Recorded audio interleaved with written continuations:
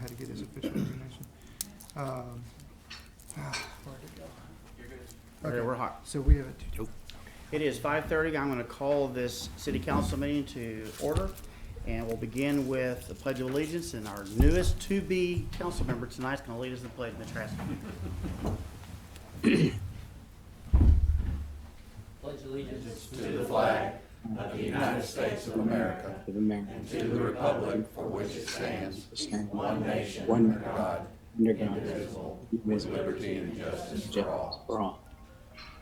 honor Honor the Texas flag. I pledge allegiance to thee, Texas, one state, under God, one and indivisible.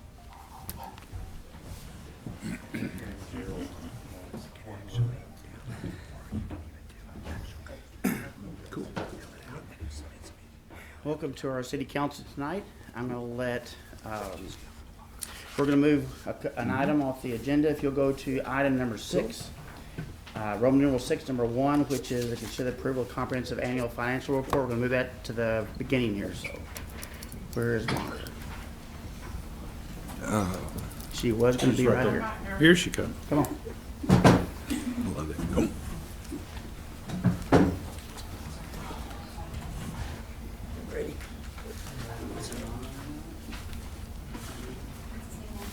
Mike Brooks? Yes. Mike, are you ready? Ready? Mayor and council, this is for our comprehensive annual financial report ending September 30, 2019. And I'm going to turn it over to our auditor, Mike Brooks, with Brooks, Watson and Company. Good evening, everyone. Can everyone hear me? Yes. Yes. Okay. As Monica said, my name is Mike Brooks. I am audit partner with Brooks Watson CPAs, and I will be presenting you with your comprehensive annual financial report for the 2019 fiscal year. I assume you have all been provided a copy of the complete CAFR, as well as my summary presentation. I did prepare a short summary presentation, which is going to touch on some of the more important numbers and topics within your CAFR. So I will go over that now and then open it up to questions.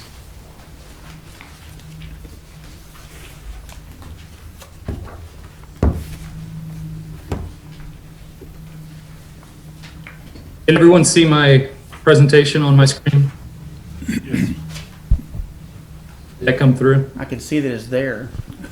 Alan and I have trouble seeing things that small. Right? Okay. All right, well, I think the screen share is working, so I just wanted to make sure that was going through. Okay, first, just briefly, I do want to go over the audit process itself. We come out twice a year generally and complete the various phases of the audit. The first phase is the planning and risk assessment. This is when we come out normally during the summer, sometime mid-year. We're sitting down, meeting with city staff, talking to Monica, talking to the finance department, talking to the various department heads, finding out what's been going on during the year, any new activities, new debt, new capital projects, new divisions. We're looking at all of the internal controls related to those departments, and then putting together our preliminary audit plan for the year. The next phase is the bulk of what we do. This is when we come out after year end. This is the year end field work portion of the audit. We are looking at all of your material assets, liabilities, revenues, and expenditures across all funds, citywide. So if there is a material balance that meets our scope for testing, we are auditing it in some way, form, or fashion. So typically it's going to be vouching to invoices, third-party confirmations, other schedules, and analytical procedures. And the final phase is the audit completion and reporting. This is the wrap-up of any findings that we did have, the preparation of the CAFR, the presentation of those findings and adjustments to finance and the audit committee, and ultimately the presentation and acceptance of the CAFR by City Council. Next, I just want to briefly go over the components of your annual financial report. First, we have the letter of transmittal, followed by the auditor's opinion. Then is the management's discussion and analysis, followed by the basic financial statements, which include the government-wide fund level and notes to the financial statements. Then the required supplementary information, and lastly, the statistical section. Next is what we consider to be the most important statement within your comprehensive annual financial report. This is our independent auditor's report. This report can have 4 possible outcomes, the best being an unmodified opinion and the worst being an adverse audit opinion. We have issued a clean, unmodified opinion on the city's financials, which is the highest level of assurance that we can give that the financials are free of any material misstatement and all footnotes are disclosed. Next, I want to touch on some financial highlights. At the end of the year, citywide total assets exceeded citywide total liabilities by approximately $80,600,000. The city's governmental funds reported combined ending fund balances of approximately $10.4 million, which was an increase of about $1.2 million. Your unassigned fund balance within your general fund, $8,755,000, which equated to 58% of your general fund expenditures. And the city had an overall increase in net position of approximately $3.9 million for the year. Next is a summary of your governmental revenues. This excludes your utility funds, so this is just your governmental activities. The year total revenues were about $16.5 million. This was an increase of almost $1.6 million in total revenues from the prior year. 3 largest being property taxes, which totaled $6 million and increased about $265,000, followed by sales taxes, which totaled $5.9 million and increased about $300,000, and franchise and other taxes totaled about $1.8 million and also increased $153,000. So increases in revenue across the board in most revenue categories. Next is a summary of your governmental expenses, which totaled $16.2 million for the year. This was an increase of about $800,000 over your prior year. Public safety expenses were the largest, which totaled about $8.8 million and increased $323,000. Your general government expenses totaled $2.5 million, increased $284,000. And your culture and recreation expenses totaled about $2.4 million and had a slight decrease of about $65,000. Next is a summary statement of revenues, expenditures, and changes in fund balance for your governmental funds. So what we'll normally look at within these funds did the fund balance increase or decrease for the year? So you had an increase in your general fund balance of about $1,089,000. So this is how much you added to your ending fund balance for the year. So you had revenues over expenditures and other financing sources of almost $1.1 million. Your non-major governmental funds, which is your consolidated amount for your smaller governmental funds, also had an increase of about $126,000.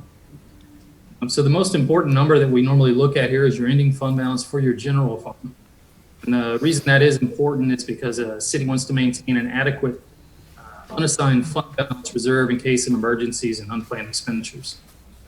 GFOA does recommend at least 15% reserve, which equates to 15% of your annual operating expenditures within your general fund.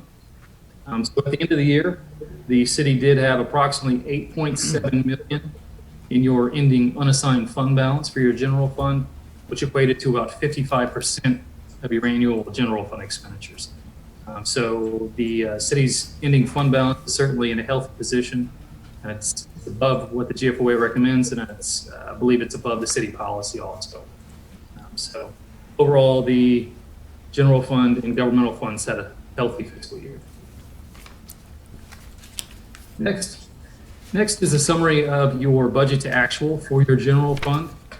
On the left-hand side, you will see the final budgeted revenues and expenditures. The center column is actual results for the year. And on the right-hand side, you will see the variance, which is either a positive or negative budget variance. On the upper right, I have circled the positive revenue variance of about $654,000. This means the city did receive about $654,000 more than your final budget. And below that, the city had a positive expenditure variance of about $1.9 million, which means the city did expend about $1.9 million less than your final budget. Overall, this equated to a positive budget variance in total of about $2.6 million. So the city did have a final budgeted deficit of $1.5 million and had an actual operating surplus of a little over $1 million, almost $1.1 million. Those two numbers added together is what gets your overall positive budget variance of $2.6 million. So overall, a healthy fiscal year, especially when considering the amount that was budgeted. Next is a summary of expenses, revenues, expenses, and changes in net position for your proprietary funds. Proprietary funds differ from your governmental funds because they are operated similar to a private enterprise. So they do have what's called a self-supporting purpose. So these funds should have rates that are set at a level that do fund their operations, capital outlay, and debt service. So what we'll normally look at is, are these funds increasing or decreasing your net position? So when you have decreases in net position year over year, typically that's going to be an indication that there is something wrong with the rate or there's some other operational issue that needs to be looked at. So starting from the left-hand side, we'll see the water and wastewater fund had an overall increase in net position. So it was added to net position of a little over $2 million. Your stormwater drainage added to net position of $31,000. And your airport fund had an increase in net position of about $784,000. And your landfill also had an increase in net position of about $271,000. So overall, all funds had a solid fiscal year from a performance point of view, and obviously no issues noted as far as rate issues that need to be looked at. So that does conclude my formal presentation of some of the more important numbers within your financial statements. I have prepared 2 additional letters which are presented with the CAFR. One is our required auditor disclosure letter. This has any issues or problems that we have with the completion of the audit. Overall, the audit went well. Monica and the accounting staff did a great job, as they did last year. There were very few audit entries, more than Monica would like, but she's kind of a perfectionist. So, but as far as I'm concerned, it was certainly a very low number, and made the audit go very smoothly. We also did have just a couple recommendations, and those were included in our SAS 115 letter. We have gone over those with finance and the audit committee, and very minimal as far as we were concerned. It was just a reflection on how the city is doing from a financial operation point of view. So that does conclude my presentation. If you do have any questions or would like me to go over anything in more detail, I'll be happy to address that. Mark? So, Mike, on the recommendations, could you just kind of touch on those? I think there were 2 of them. Could you touch on those in a little more detail, please? Sure.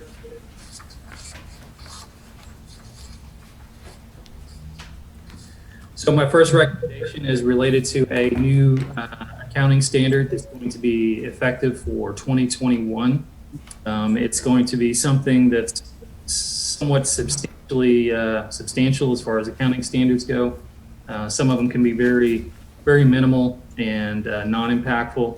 This one in particular is going to affect any city that has operating leases. So if you are familiar with lease accounting, there's 2 types of leases. There's operating and capital. Capital requires the asset to be booked on the city's balance sheet as well as a liability to be booked.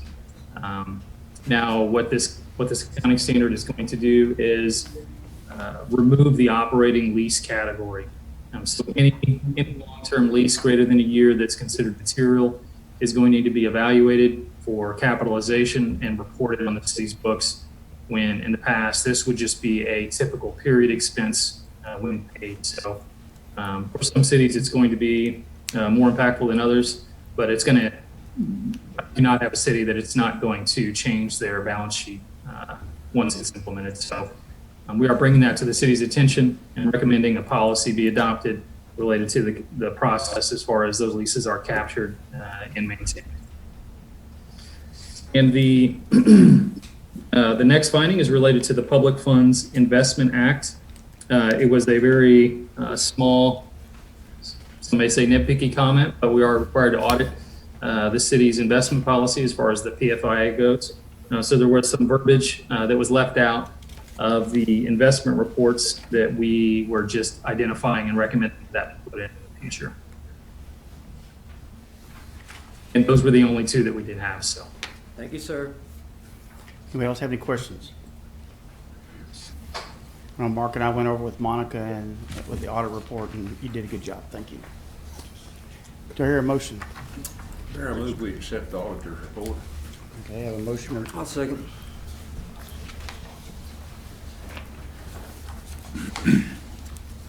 A motion is second. Any further discussion? Proceed to vote. All in favor, say aye. Aye. Same time. Aye. I'm sorry, Gerald, I keep forgetting that you had a delayed response up there on that comment. Sorry. That's my bad. I should have thought about it. Okay, motion passes. We've accepted your audit report. Thank you very much. Anything else you would like to have him say to us, or? No, not really. We just appreciate the work that Brooks Watson does for the city. And Mike Brooks and his staff, when they come down, they're pretty good working with us. And they, you know, if we have questions, they're answering them for us. And so it's all about making us better. Thank you, sir. I appreciate it. All right, thank you. Appreciate it. All right, we'll go back to the top of the item, agenda item then. We'll go to COVID-19 update. Consider operation city facilities and programs. In terms of city manager. Mr. Mayor, members of the council, we have several city programs and facilities that staff needs direction on.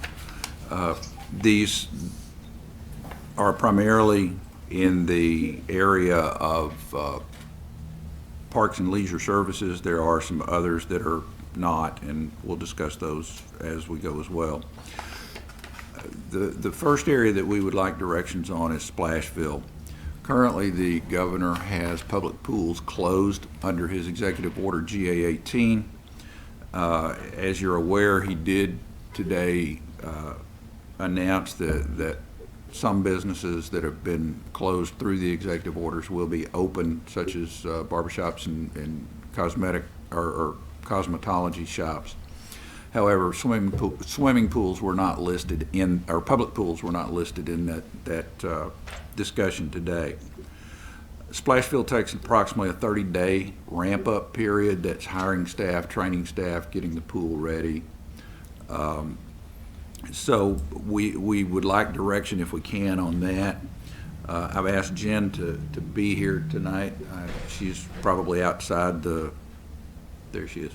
She's probably, or she can explain the costs if we delay it by 30 days, 60 days, 90 days. The other one that the other primary one, or the other two primarily parks ones that we need, are to consider where and what we're going to do about the 4th of July. If we do the 4th of July concert, it's time to make deposits with the music acts, and need to prepare for the parade. All that preparation is coming up. The next one is that we need to discuss summer day camps, or the summer day camp. I was given information today that previously we had 7 counselors, 2, I believe it is, or 3 have agreed to come back if we have the day camp. So what we may recommend is to do it a little smaller. Those are the parks and leisures. The tourism, we've as staff, we've kind of bounced around all over the place on this one, and that's Moolah Fest.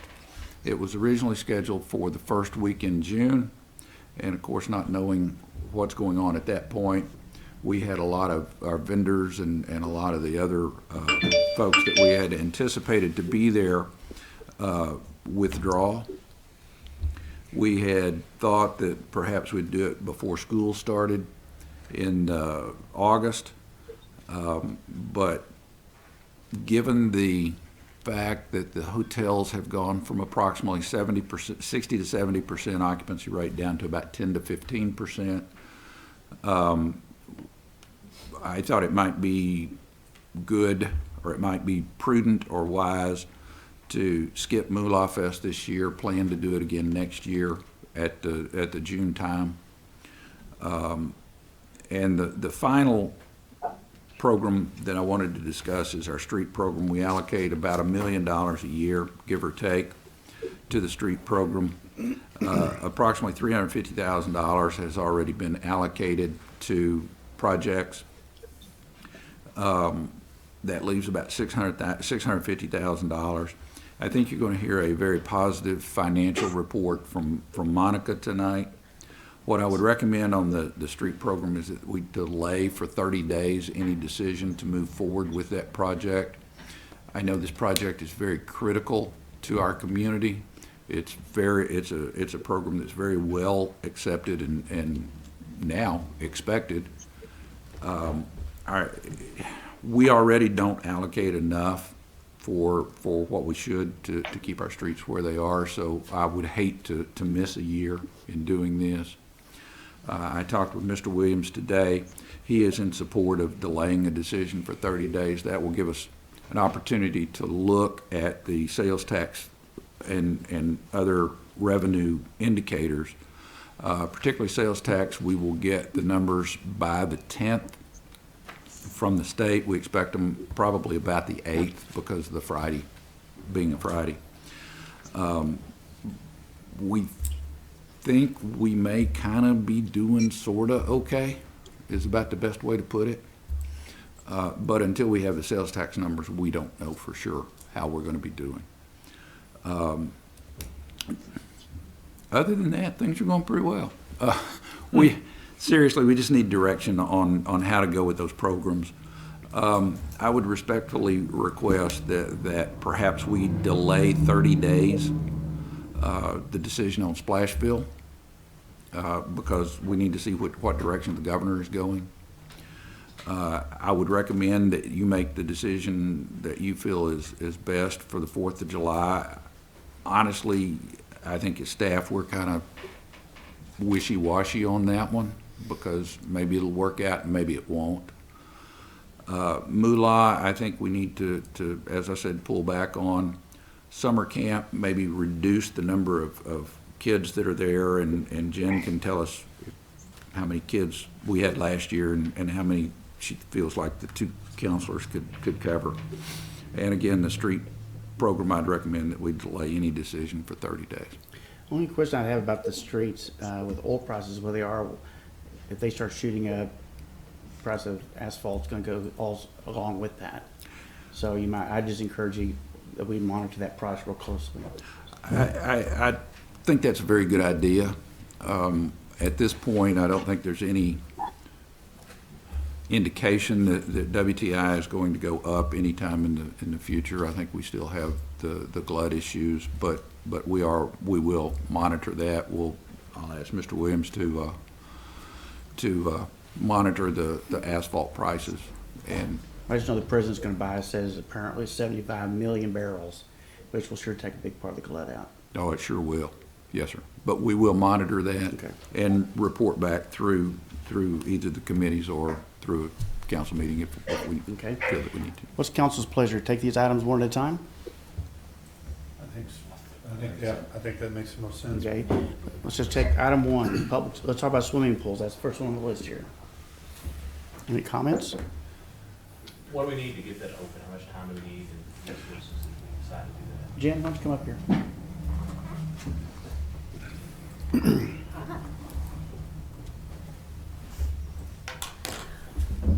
All right, so for Splashville, We've done the operating cost for the entire summer, what it takes to get us going in May. The biggest challenge is that we typically onboard and hire in starting in March, and then we use the Tarleton Pool in April to get the ball rolling. And by May, we're fully staffed and ready to go, and the pool's ready to go. So if we don't open until June, we will onboard this month and be ready to go by June. But if we are only open at 50% occupancy or less, depending on what the governor states, we're going to look at a very large deficit that we're going to create, because we will still be required to hire and train and buy all the guard gear, et cetera, for the pool. We'll also be required to get the pool ready to open. Right now it's winterized. So we're still looking at creating a very large deficit, even if we open for just June and July. Can you explain what a large deficit is? So in addition to our general operating costs, our budget for Splashville is $290,000. About 180 of that we make back in the summer. We'd still be required to spend about 100 to get everybody going and staff it all summer. And we would create, in addition to that 200, another 40,000 in a deficit if we're only at 50% occupancy. So we'd an be additional 40,000 deficit. yeah, so instead of making it back to, and I can send you guys these numbers, but if we opened in June and July at full occupancy, we'd actually do pretty good, because those 2 months we typically make money back at Splashville through concessions and general day passes. But in May and August, we always go into a deficit. But since we don't have the length of time that we typically do to sell season passes, et cetera, we're gonna have a reduced number there. And then if they open us at less occupancy, it doesn't cut our expenditures down for staffing or anything. So we're looking at an additional 40,000. These are based on 50% or less? Yes, sir. Is there any indication that he will allow 50% on June 1st, or we just kind of taking that out of the air as a possibility? We're taking it out of the air through all of our aquatics networks and all of the other cities that we've spoken to. About 80% of them have chosen to close their pools for the summer, just because there's so much misdirection, and we'll be so far behind the 8 ball getting started that by the time we do get started, we're creating a huge deficit with no way to climb out of it. Do we even think we can recruit enough lifeguards to staff the pool? So we've been actually keeping up with that. We have 61 returners at this time. We typically hire 75 to 100. So we could staff it, especially if we're only at 50% occupancy, because we just redo our rotations based on the amount of kiddos or people in the pool. So we would be able to staff it. One thing I just want to make sure we do is we've had no services for kids for this whole time, and no school activities, et cetera, and the kids are going to want to do something. Absolutely. So I think, from how we serve the community, I think we ought to at least keep that as an option. Absolutely. The deficit is not the bigger issue to me right now as it is providing services. I mean, we've had to cut back so much because of orders. These be my input. And I had one question. Do you know what Tarleton's plans are for the summer? Because they've canceled off. That at least is an option for kids if we don't open ours. Correct. I know they've canceled all programs through June. I don't know past that. Okay. Anybody else? She said it would be about 100,000 just to get it open. That's about what we We spend. would need to start, if there was gonna be a June 1 date. We that need to needs onboard start. now, yeah. And American Red Cross, which is who we certify through, did provide us a condensed training course, so there is a way for us to get up and rolling by June 1. Any negative impact to the facility by not opening it? I mean, there's the fiscal impact, but typically at the beginning of every summer, we do winterize, we power wash all of our stuff, we do all of that. We can still do a lot of that. We haven't done any of our painting. Typically, we judge the concession stands and get all of those repairs done at the end of April, beginning of May. None of that's been done. So we keep a year-round part-time maintenance person there. So he would still keep up with all of that throughout the summer. Our chemical costs aren't really going to go down because we eat the most chlorine in the summer anyways. Anybody else? Is there any of that deferring would help, or would deferring it be more detrimental in the long run? Deferring the decision? No, I'm sorry, any of the, your painting and, I mean, just any of that prep work that. It's cost savings that we wouldn't do. I mean, we have our pool maintenance money that we do every year to get the pool ready to go for the summer. We wouldn't use that funding, so there would be cost savings there if we waited until next year since it's not open. Alan? Basically, Jen, we're at the deadline now. If we want to open June 1, am I understanding that right? Yes. We need to start onboarding now. If we don't open in June, there's no real point. But we don't know if the governor is going to allow us to. Yeah, I don't see correct. how we can move on it if we don't know what the governor's going to do. If we wait until he meets or speaks at May 18th, or on the 18th, it'll be too late, right? You'd be a mid-June opening at the earliest. But that would still allow the kids to use the pool. That's good. Is that a possibility to wait until he makes some kind of a determination? If he opens at 100%, I think we'll have really good participation. If he opens at 50%, it may or may not. That's really iffy in my mind on what he's gonna do. But if we wait until that May 18th, As long as you guys are aware that that's going to cut into 2 to 3 weeks of us being able to open in June. I mean, it may, mid to late June is when we would open, so we'd have a 6-week summer versus a 14 to 16-week summer. So that 40 would become 60. Ish. Did I see something in the material we had about maybe opening part of September if we delayed opening? Did I We see lose that? 70% of our guards in August anyways. When they go back to school, it would be almost impossible to stay open through September. We wouldn't have the staff. Mr. Mayor, Yes. we just received a text that said that the governor's press release also says that pools can start May the 8th. We're trying to confirm that as we speak. I've been on this website all. So we want to just delay this decision then? Until we hear from the Until governor. we verify. Okay, we'll go to the next item. Next item then is summer day camp discussion. Do you guys want to know? Yeah, I don't know enough about it. Okay, so there's no comparison. Last fall was the first year that we've offered after school, so we don't have last year's number to compare to this year's numbers. But we do have 40 kids that are enrolled in our program right now that we need to notify if they need to find alternative childcare. We've made a few amendments based on not using the school district's facilities for the summer. So if we host it on site, we'll follow the daycare protocols. We'll lower our numbers to 30 kiddos so that we can keep our numbers of groups smaller between our staffings. And then we were part of the school's meal program, but a better protocol, since we don't have on-site facilities to cook and handle all of that, is we'll just have kiddos bring sack lunches every day, and we'll be able to refrigerate those and prepare them, which will also cut the cost down for those kids participating in the program. The other thing is we would typically do day trips, and we would not do those. So these are kids that have already, they're signed up. They're signed up. Potentially parents are. Yeah, depending so on- we need to notify them one way or the other. I would think we'd want to go ahead and have that program, Jen, because you can make accommodations for that. Even if we have to reduce the numbers, I'd rather not, but if we have to, we could, and go ahead and put that program, keep that program in place, I guess is the way to say it. And we've sent out a survey to the parents that are currently in it to see how many would come back, because we have had that program stalled for the past 8 weeks. So some parents have most likely found alternative childcare for the summer. So I think we'd be well within that. I just don't know that we would open it back up beyond our current kiddos unless we had enough capacity to. Anybody else?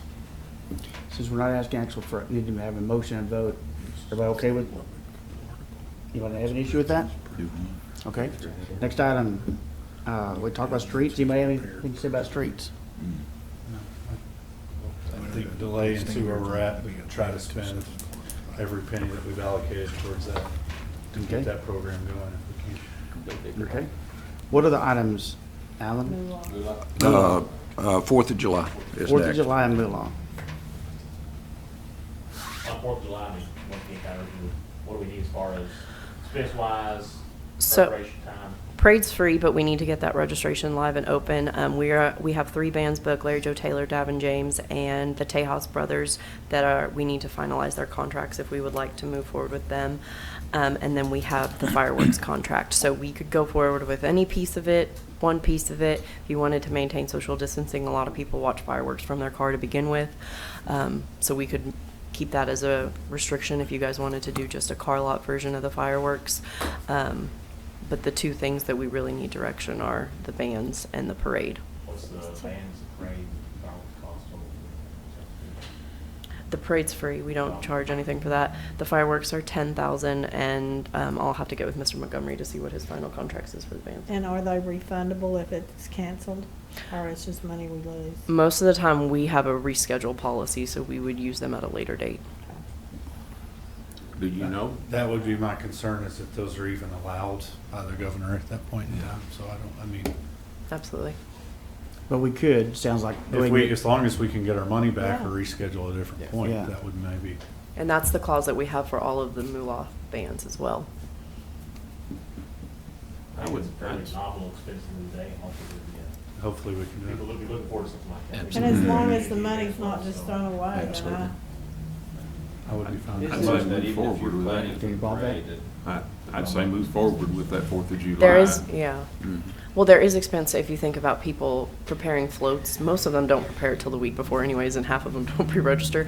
But if they're gonna put a lot of expense into creating their floats, we would want to give them enough notice.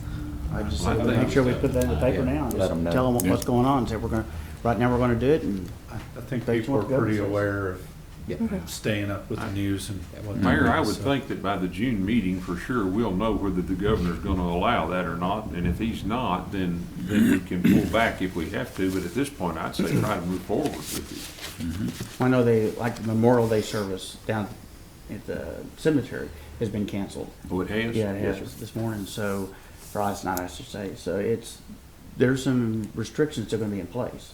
Although that case is veterans, and most of them are gonna be, it would be They're in that recognized. high-risk They're in category, high-risk kinda like areas. you. That may be one, like you and I are, that's right. Okay, so you got instructions, what you need on, now what about Moolah Fest?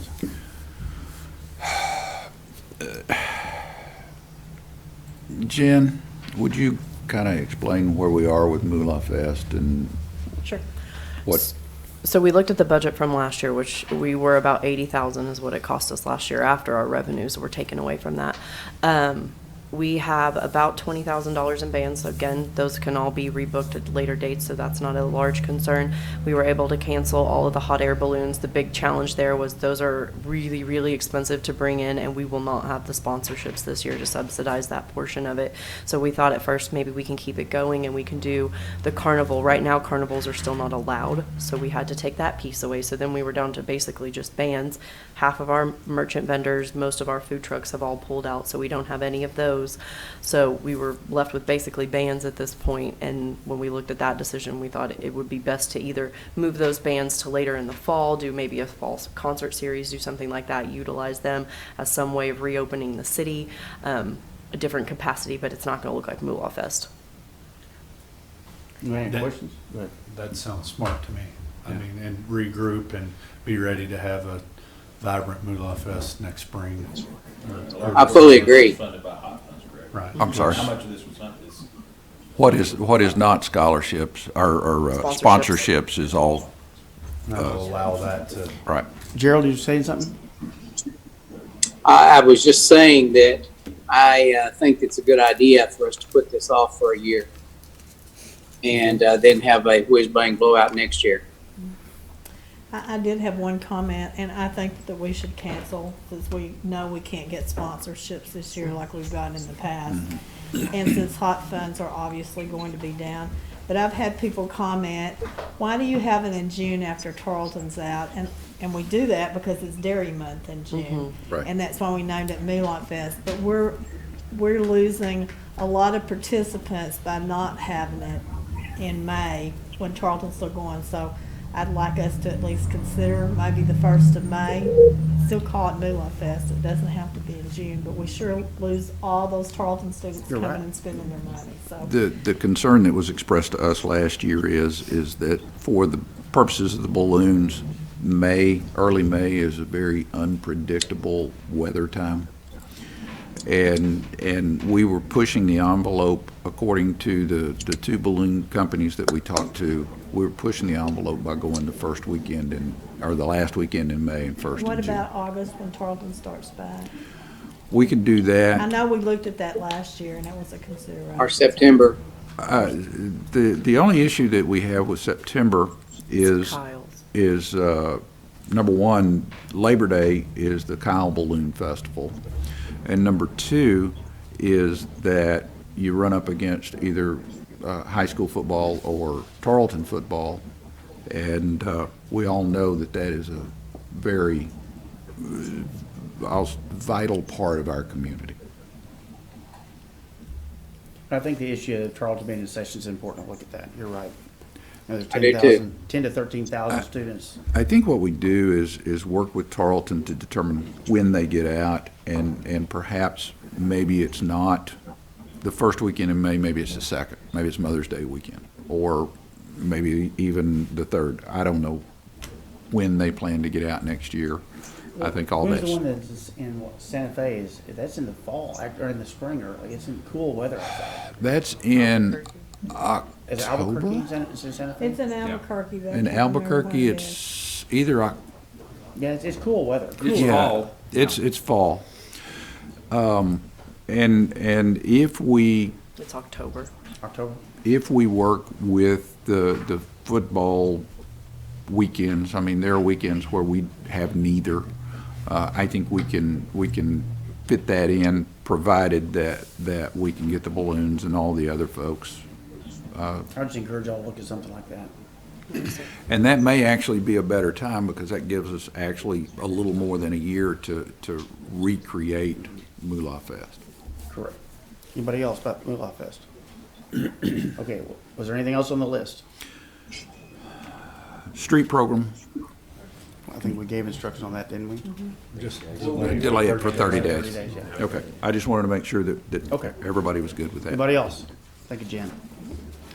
Okay, next item is consider amendments to. Did we Yes, decide sir. on the swing Can I ask field? one more about streets? Is Sure. work still ongoing for Harbin engineering? Yeah, absolutely, Okay. absolutely. City facilities also. Okay, city facilities. Yes, sir, Mr. Mayor. Sorry, Alan said, did you guys find what the governor said on the polls? 'Cause that's what he Yeah. Let me clarify what we've learned about the pools. The governor did open them effective May 8th. However, it's subject to limitations and capacity restrictions. Those were not specifically given. The governor's website says that the specifics will be posted after 7 p.m. tonight. So can we just put that off for next week? Yes, sir. We'll just put that off till actually the 20th, or the 19th, which is Are 2 you weeks okay from with that, now. Alan? That's right. Okay. Any other items? Not on that one. Okay, let's But- go to city facilities. Or, excuse me, the policy, I'm sorry. Yes, sir. What we would like is all of the city facilities are closed by your previous emergency orders. What we would like to propose is that the city hall and the library be opened with restrictions, the rec center to be open with restrictions as well. The restrictions for the city hall and the library, as far as that goes, is we would like to be able to sanitize both buildings. By that, I mean, if there is a company in Abilene that the city of Abilene has recently used to disinfect their police and fire, their fire departments and their apparatus. Provided that is not overly expensive, we would like to do that to City Hall and the library. What that does is it fights the coronavirus for up to 90 days on surfaces. I don't know how it works, don't know what chemicals it is. Short of that, what I would like to do is open City Hall, particularly early on, strictly for water utility customers, and appointments to folks' offices. I would also like to have leeway to expand that to other functions like purchasing permits, court, things like that. For the library, what we would like to do is to open it at 50% capacity. And for the rec center, we would like to open it based on what the governor said about outside activities, meaning if you're going to have a basketball game, it's going to have to be 2-on-2, that kind of stuff. Now, I want to address sanitizing the building. The purpose for that is to reassure our public that the buildings are safe to enter. Yes, our employees have been working here for the last 2 months. in these conditions, and I want to be sure that everybody understands that daily our building maintenance person, Brian, cleans this building every day, multiple times a day. He rotates between an alcohol-based cleaner with 90% alcohol and a chlorine-based cleaner. So we're doing everything that the CDC has asked and actually beyond what the CDC has asked. The sanitation of the buildings is simply as a feature, that's not the word I'm looking for, but something to reassure our residents that the building is safe to enter. I think it's time for us as a community, and this is probably more personal opinion than city manager opinion, but I think it's time for us to begin a sense of normalcy. And this is, the building we're sitting in right now is the people's building. And right now the people are kept out of their building, and that concerns me greatly. I think we should do it very carefully, and I think that we should do it very measured. Right now, keeping no more than 10 people in the 10 public members in the building. We can maintain social distancing with that, then maybe increasing the number. That's what we would recommend that we do. I would advise to proceed very cautiously with the senior center because they are a very vulnerable population. I think we need to continue to watch how the virus goes, not only in Erath County, but in this area of Texas and the rest of Texas before we make any decision on the senior center. Being almost to that age, I want to be as expedient. You like that, did you? I want to be as expedient or as reflective on opening that as we can be. Well, since we have an emergency declaration right now, how do we modify that with that kind of instructions? With item number 2, you can, it's included in the proposed order. Okay.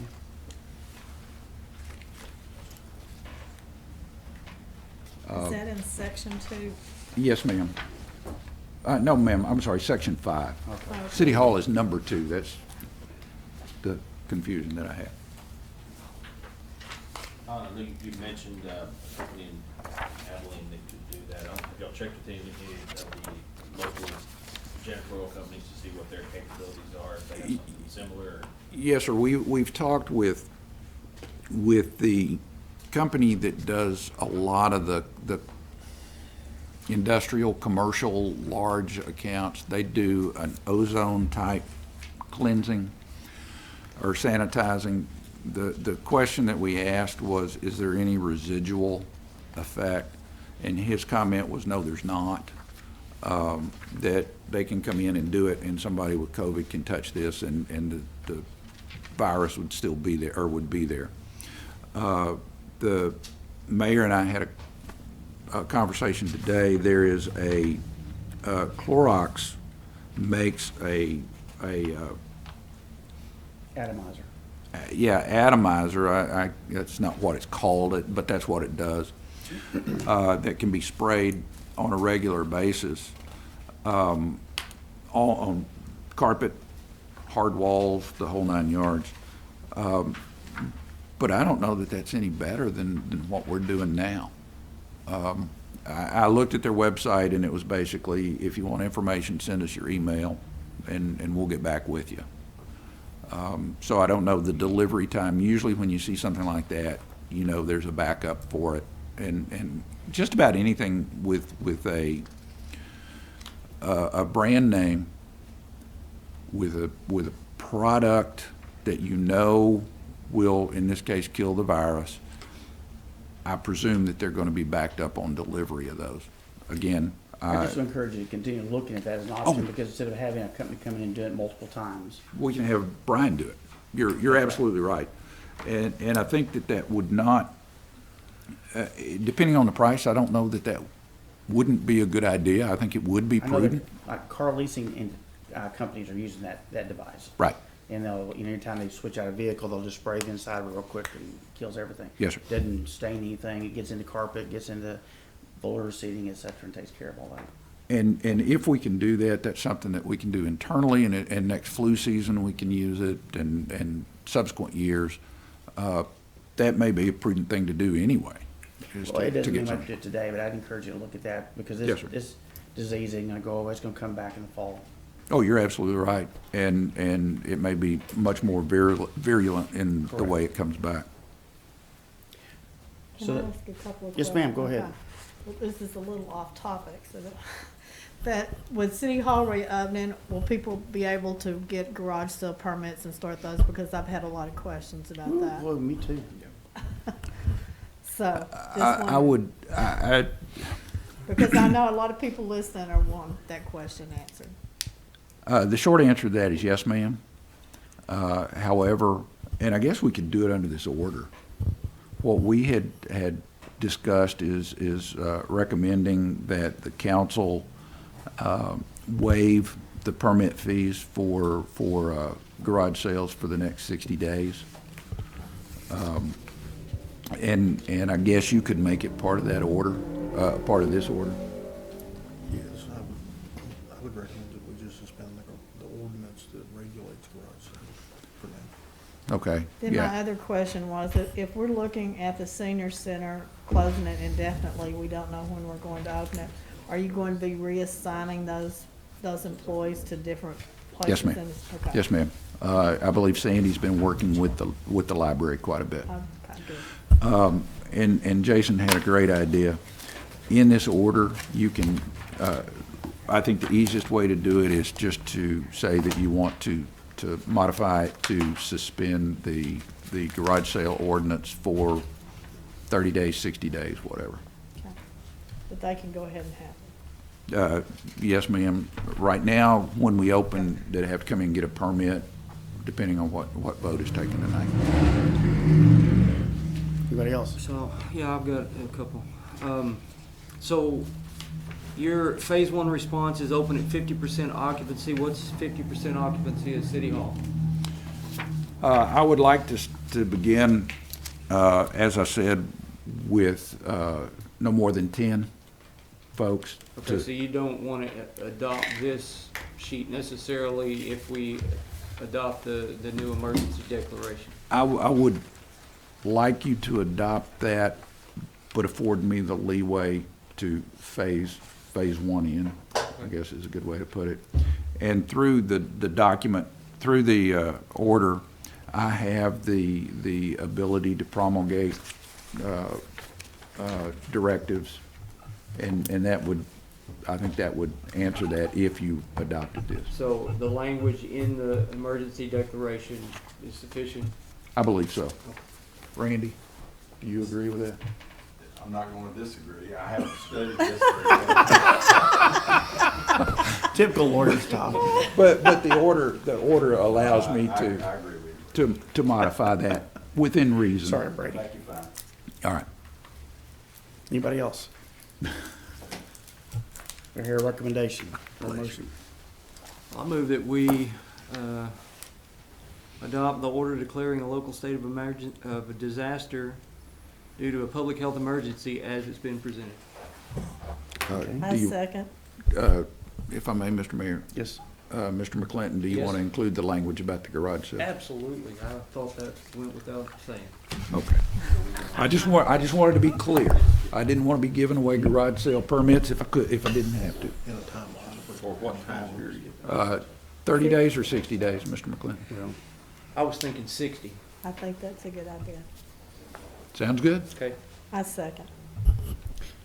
okay, so we have a motion and a second on the floor to, kind of off agenda here maybe a little bit, to amend our disaster declaration as presented with phase one just only approving phase one reopening, which includes garage sales please, Suspending the garage sale ordinance for 60 days. for 60 days. Yes, sir. You have any other questions about that? Does that, so this would be adopting the other changes that were in this order?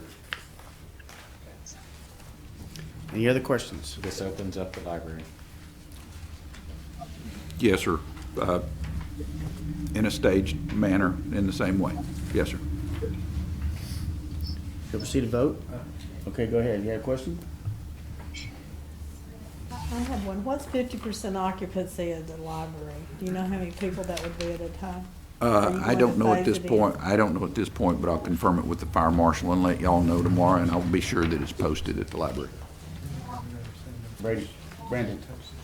Well, I just honestly might be in favor of, I know we put some certain restrictions on, talk about the golf course again, but I might be in favor of taking that section out and letting them operate under the same guidelines as every other business in town. Just a thought. We have a motion, second on the floor. Is it your offer that as an amendment? Yes. So let's restate your amendment. To strike section 3, or 2.3. to strike 2.3. Second. Okay, we have a motion, a second on the floor, and an amendment, and a second, a motion and a second. So we'll vote on the amendment. Any further discussion about the amendment? All in favor, say aye. Opposed? Motion, the amendment passes. So let's restate the, I'm not gonna restate it. What we're gonna do is we're gonna say we're gonna take phase 1 reopening, but we're gonna include the amendment we just made for golf courses. Is that good enough? Yes, sir. And the one for Got one garage question. sales? Okay, ask one question. Section 2, number 1, or just adopting GA 18 and 19. I think it took out the wording that basically says if those, if it adopts GA 20 that supersedes 18 and 19, that this would. This covers that. Yes, sir. Yes. That's the way it was written too, because So we do, immediately, if you drop something on Friday night, it would immediately. It has that is correct. until rescinded, amended, or superseded. Any other questions? Proceed to vote. All in favor, say aye. Aye. Motion passes. Thank you, sir. Next item. Consider approval of an ordinance amending the state policy on pandemic leave policy and telecommuting policy. Mr. Mayor, members of the council, the copy of the pandemic leave policy that you have mentions negative time. I believe it starts with, excuse me. No, I'm not trying to get time off. It's just, I believe negative time starts with number 3 and goes through number 7, I believe. Oh, the hard copy that you have has been removed, that section has been removed.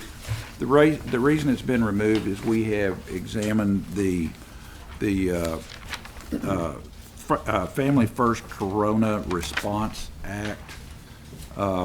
Essentially what that does is if there is an employee who has a COVID-related absence, whether it is actually having the virus, having the symptoms of the virus, having a child that school has been closed, the Family First Corona Response Act requires us to provide them with what they call 80 hours of emergency sick leave, which is paid, and they also require us to have 12 weeks where we pay at 2/3 of the salary or the wage.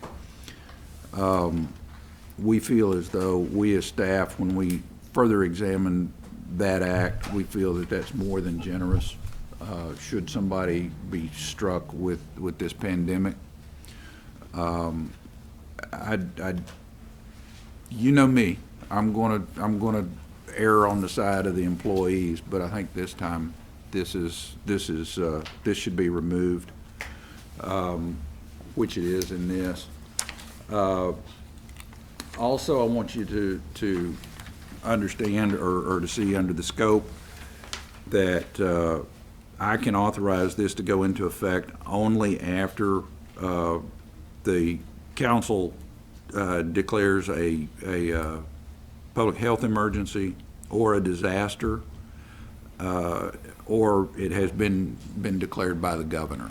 So this kind of sits back and waits until the council says we have a public health emergency.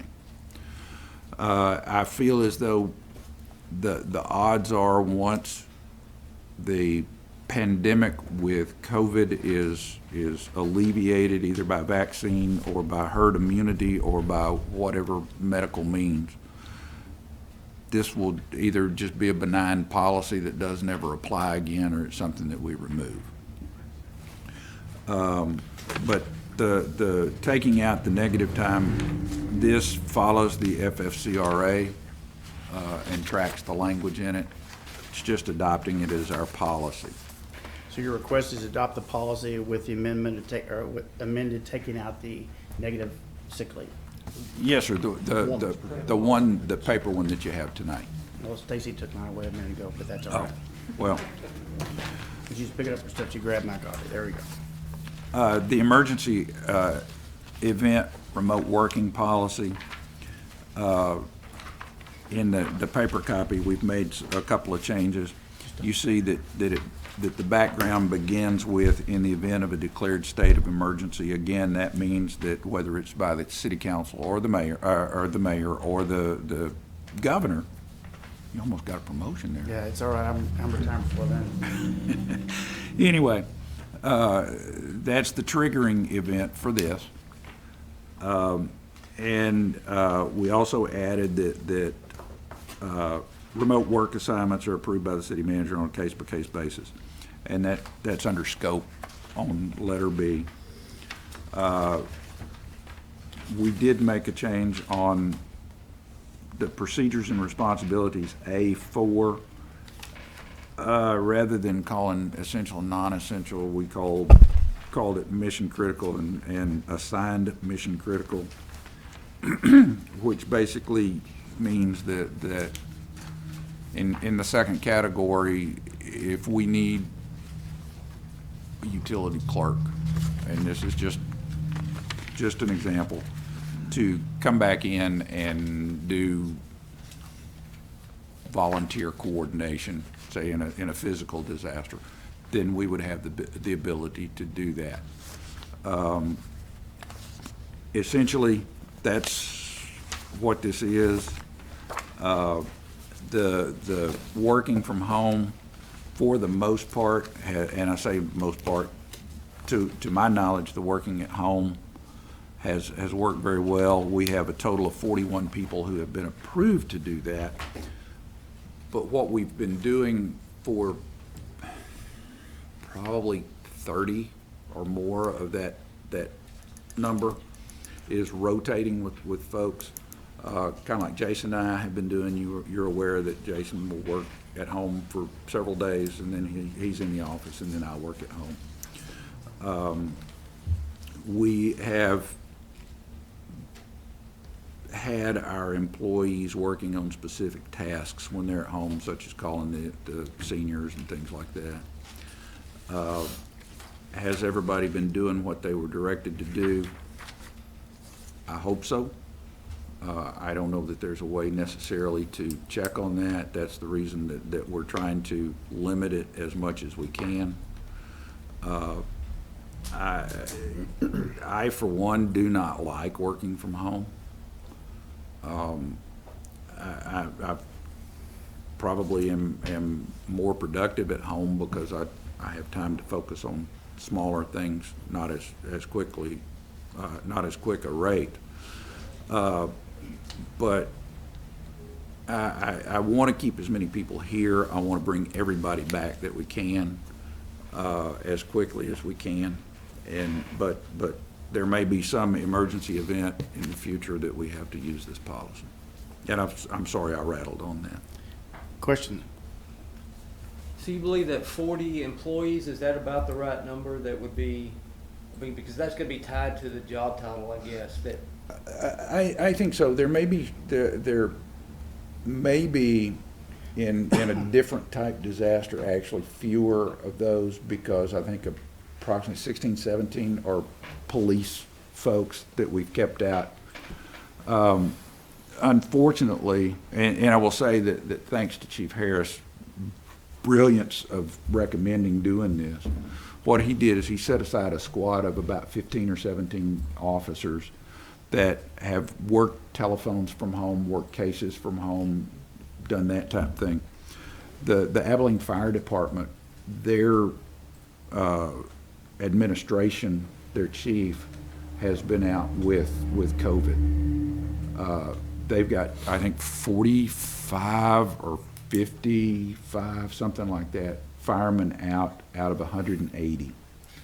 And so what Chief Harris did very early on is say we can't have something happen to the structure of the police department.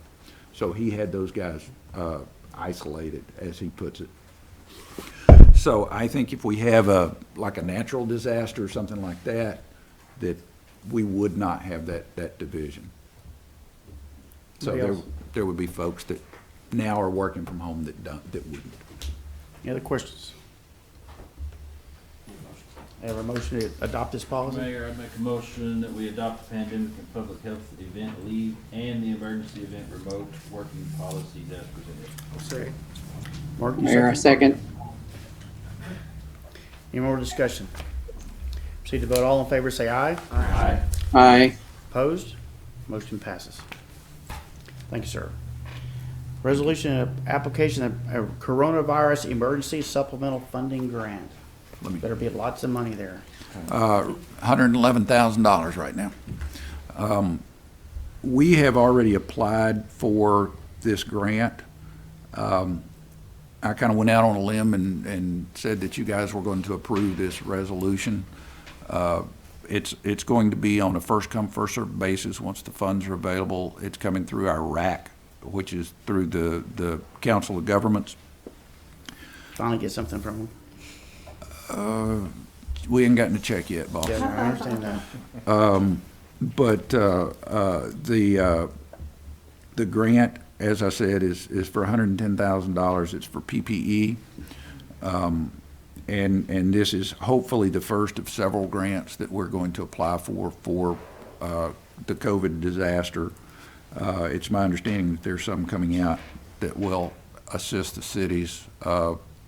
As a matter of fact, we're going, and this may be a little off topic, I apologize, Mr. Lawyer, but I got some correspondence today that from a grant writer in Washington that gave us the opportunity to call them to see what kind of federal grants they see coming down the line. And I've asked Jason to do that, and we'll get that done probably tomorrow. I understand from Dishes that there's going to be some large deliveries to local provider types, nursing homes particularly, and maybe to cities. Mhm. So I'd sure contact them as well. There may be some, it's apparently coming straight from the feds. Yes, sir, we will. Okay. Any other discussion? So we have a motion to Mr. approve Mayor, I the, move that we approve resolution 2020R. She'll number it after the meeting. whatever that dash is, okay? Mark makes a motion, Harris seconds. Brandon seconds it. Further discussion? Proceed to vote. All in favor, say aye. Aye. Same sign opposed. Motion passes. Okay, we're gonna enter into the Planning and Zoning Commission. There we go.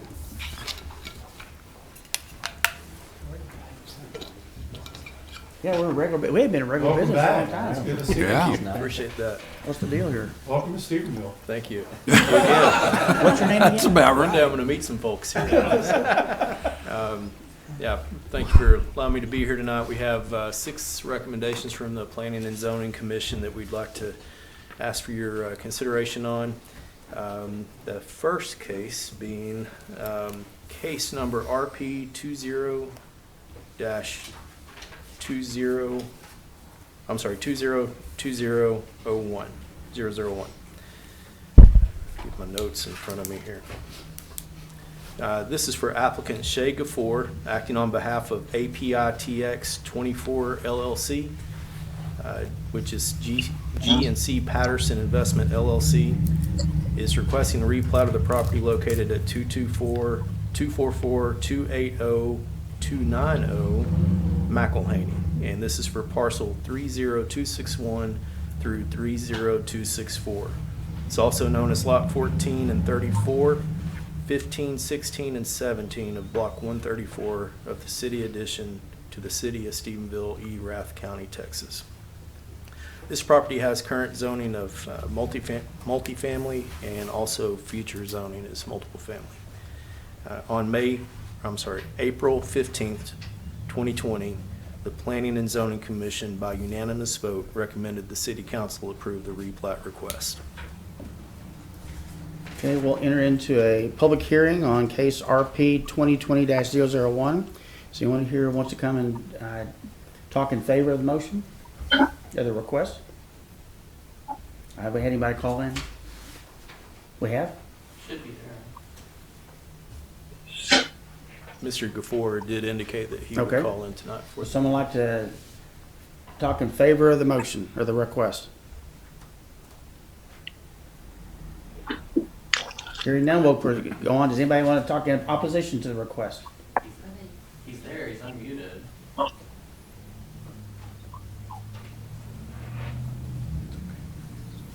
Okay. Nobody talking in favor or opposing it, so we're going to exit the public hearing, go back into regular council. Do I hear a motion?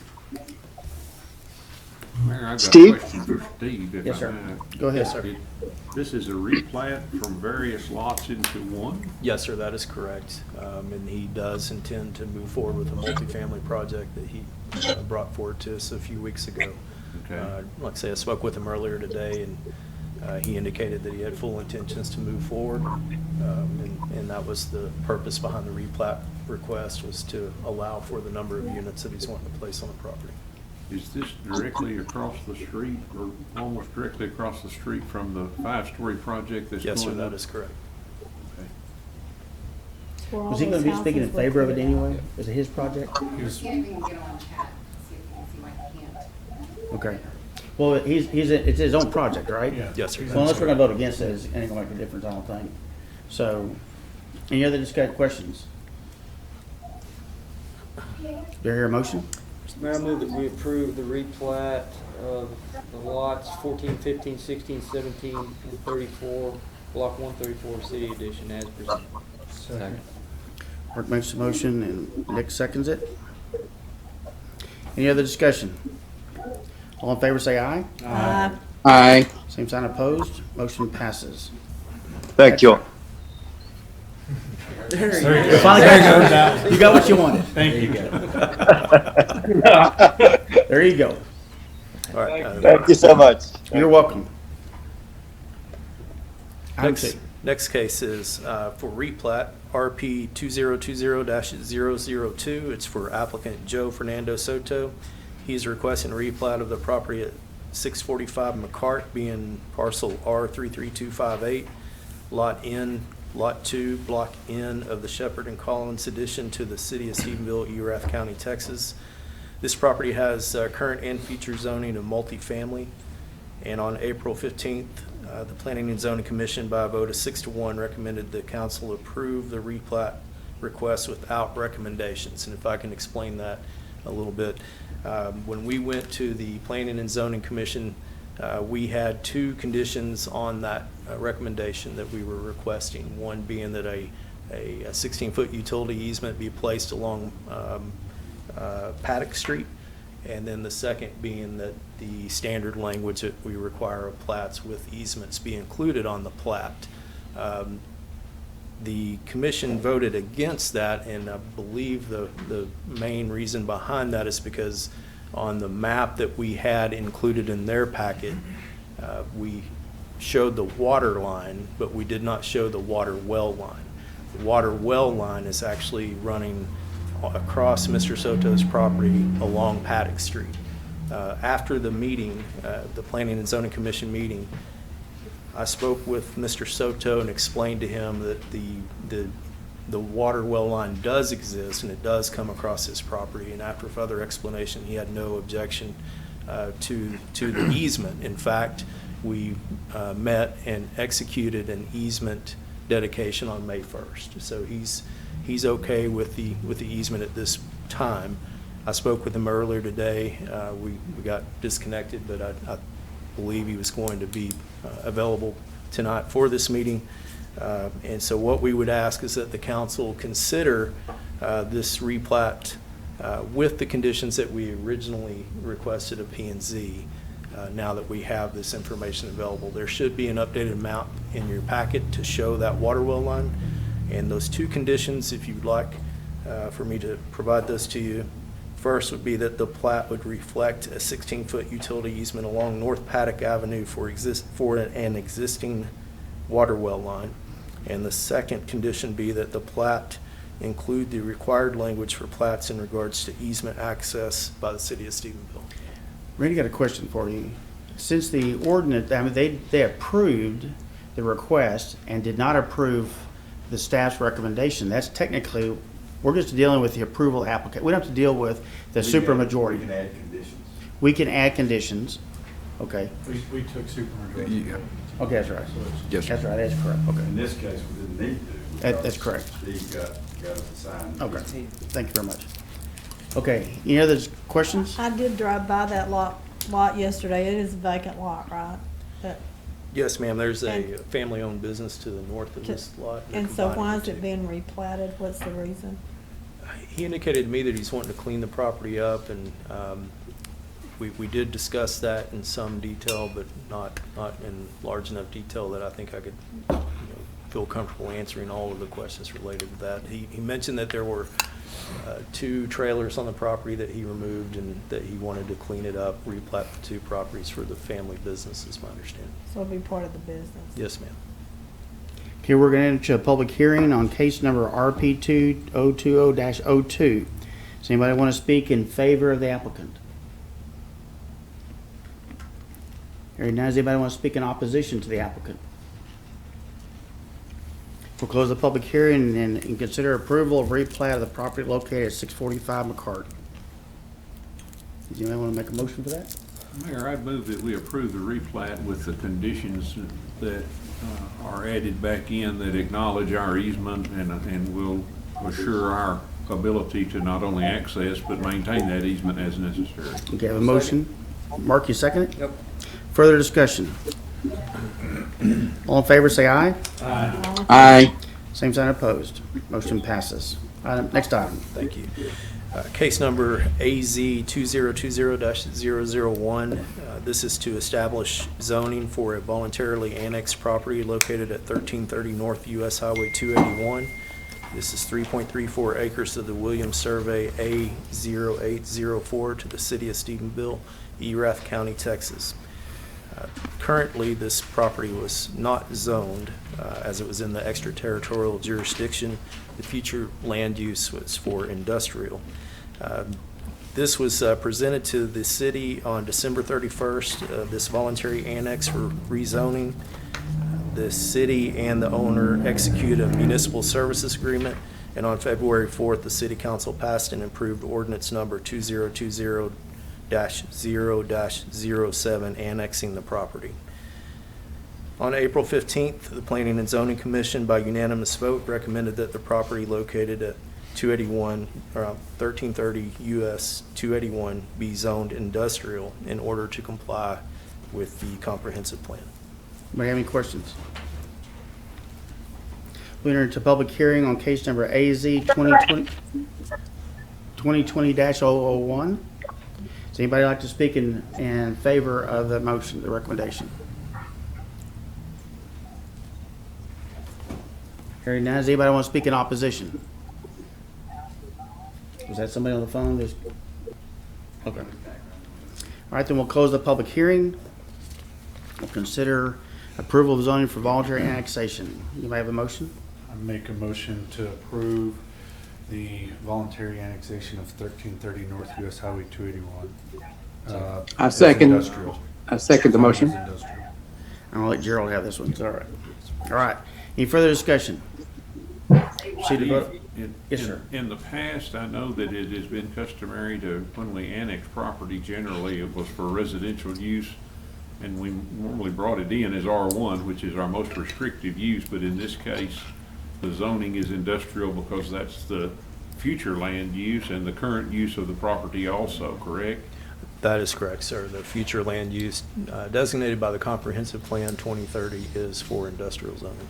Okay, all right, thank you. Other questions? Proceed to vote. All in favor, say aye. Aye. Aye.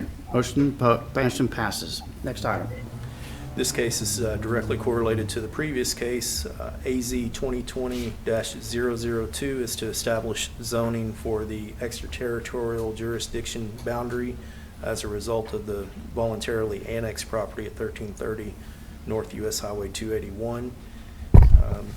Once we annexed that property, the boundaries were adjusted accordingly. And on April 15, 2020, the Planning and Zoning Commission, by unanimous vote, recommended that the council approve industrial zoning for the newly established area within the ETJ. Anybody have any questions? We'll enter a public hearing. Anybody want to speak in favor of the request?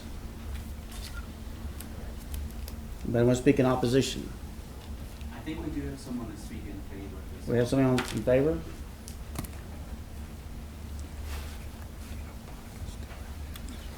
And she was on the call earlier. There have been a couple people that left. Okay, so we'll close the public hearing. Any further discussion? Do I have a motion? Mr. Mayor, I move that we approve the zoning of industrial for the new the ETJ boundary resulting from a voluntary annexed piece of property at 1330 US 281. Second. Art makes motion, Carla seconds it. Any further discussion? Proceed to vote. All in favor, say aye. Aye. Aye. Same sign opposed, motion passes. Next item. Case number RZ 2020-004, applicant Diane Titterman with Great American Entertainment Company LLC is requesting rezoning for the property located at Zero Race, being Block 1, Lot 1B of the S3500 Fry First Edition to the City of Stephenville, Erath County, Texas. This is to change zoning from neighborhood business B1 to multiple family R3. Current zoning is B1, future land use is single family. The requested zone again is multiple family. On April 15, 2020, the Planning and Zoning Commission, by a vote of 6-1, recommended the council approve the rezoning request from B1 neighborhood business to R3 multiple family. Were there anybody speaking opposition? I mean, neighborhood people? No opposition. The applicant did come to the meeting. She was present electronically. And the purpose there is, if you look at the current zoning of this property and adjacent properties, she's wanting the zoning to match what the other properties are in the area. Okay. Any further discussion? Yes, ma'am. But the other properties, if I looked at the right property, there's a house on the corner that used to be Larry Smith's grandmother's house, and it's neighborhood business, correct? So that's the house on the corner, and then she's the vacant lot behind that house, That is right? correct. Yes, ma'am. I drove completely around that block, and there's no multifamily housing except for one duplex that's pretty run down. So what does that mean? She wants it to match, because those are all single residential around there, except for that one lot, which has always been a single residential. I don't know how I got zoned neighborhood business in the first place. But that area all now is multifamily. It's zoned multifamily zone. I thought it was. Even though there are I thought in the residential future housing. land use plan, it was single family. Future land use is current, is multifamily. Yes, ma'am. I This- thought it was, I thought currently it was zoned neighborhood business. Surrounding it. The pink is not the pink is- residential, The It's pink should multifamily. be R3. R3. but why, if future land use is going to be residential, why have we zoned it all multifamily? And now we're It, current, whenever it was done before the future land use was done, it's always been multifamily, I guess. Yeah, that whole area has always been R3 because of the proximity to Charlton. It's not very close to Tarleton. Well, I just know the community complains a lot about us letting apartments go up all over town. So, I'm not for changing it. So. Any other discussion? Future land use calls for R1 rather Yes. than R3, correct? Yes, sir, we Yes. should have that. For that whole Map block. available. If you, this is the future land use. And so we still maintain some of the R3, which is in the southern portion of that map to the east of this property is all industrial at this point, or commercial, under the future land But use. it change it back to, but change it to R1 is going to require everybody individually to request it, because they've got the zoning now. And you have to change every one of those lots to make it. Is that Compliant correct? with the future land use, yes, sir. Okay. We'll enter a public hearing at this point. Anybody want to speak in favor of the request? I would like to speak in favor. Okay. My name's Mary Winslow, and I'm the listing agent for the property. Would you give your address, And- please? Pardon me? Would you give your address? We need your address. For We need, the, I'm the listing agent for I Ray understand, but Street. if you speak before, you're supposed to give your name and address. Okay. It's my personal address? Yes, ma'am. Okay, it's 3500 County Road 419 in Stephenville. Thank you. Go ahead. We originally acquired the property. We purchased 550 Mini with the 2 lots. And at this time, of course, my client is wanting to sell it.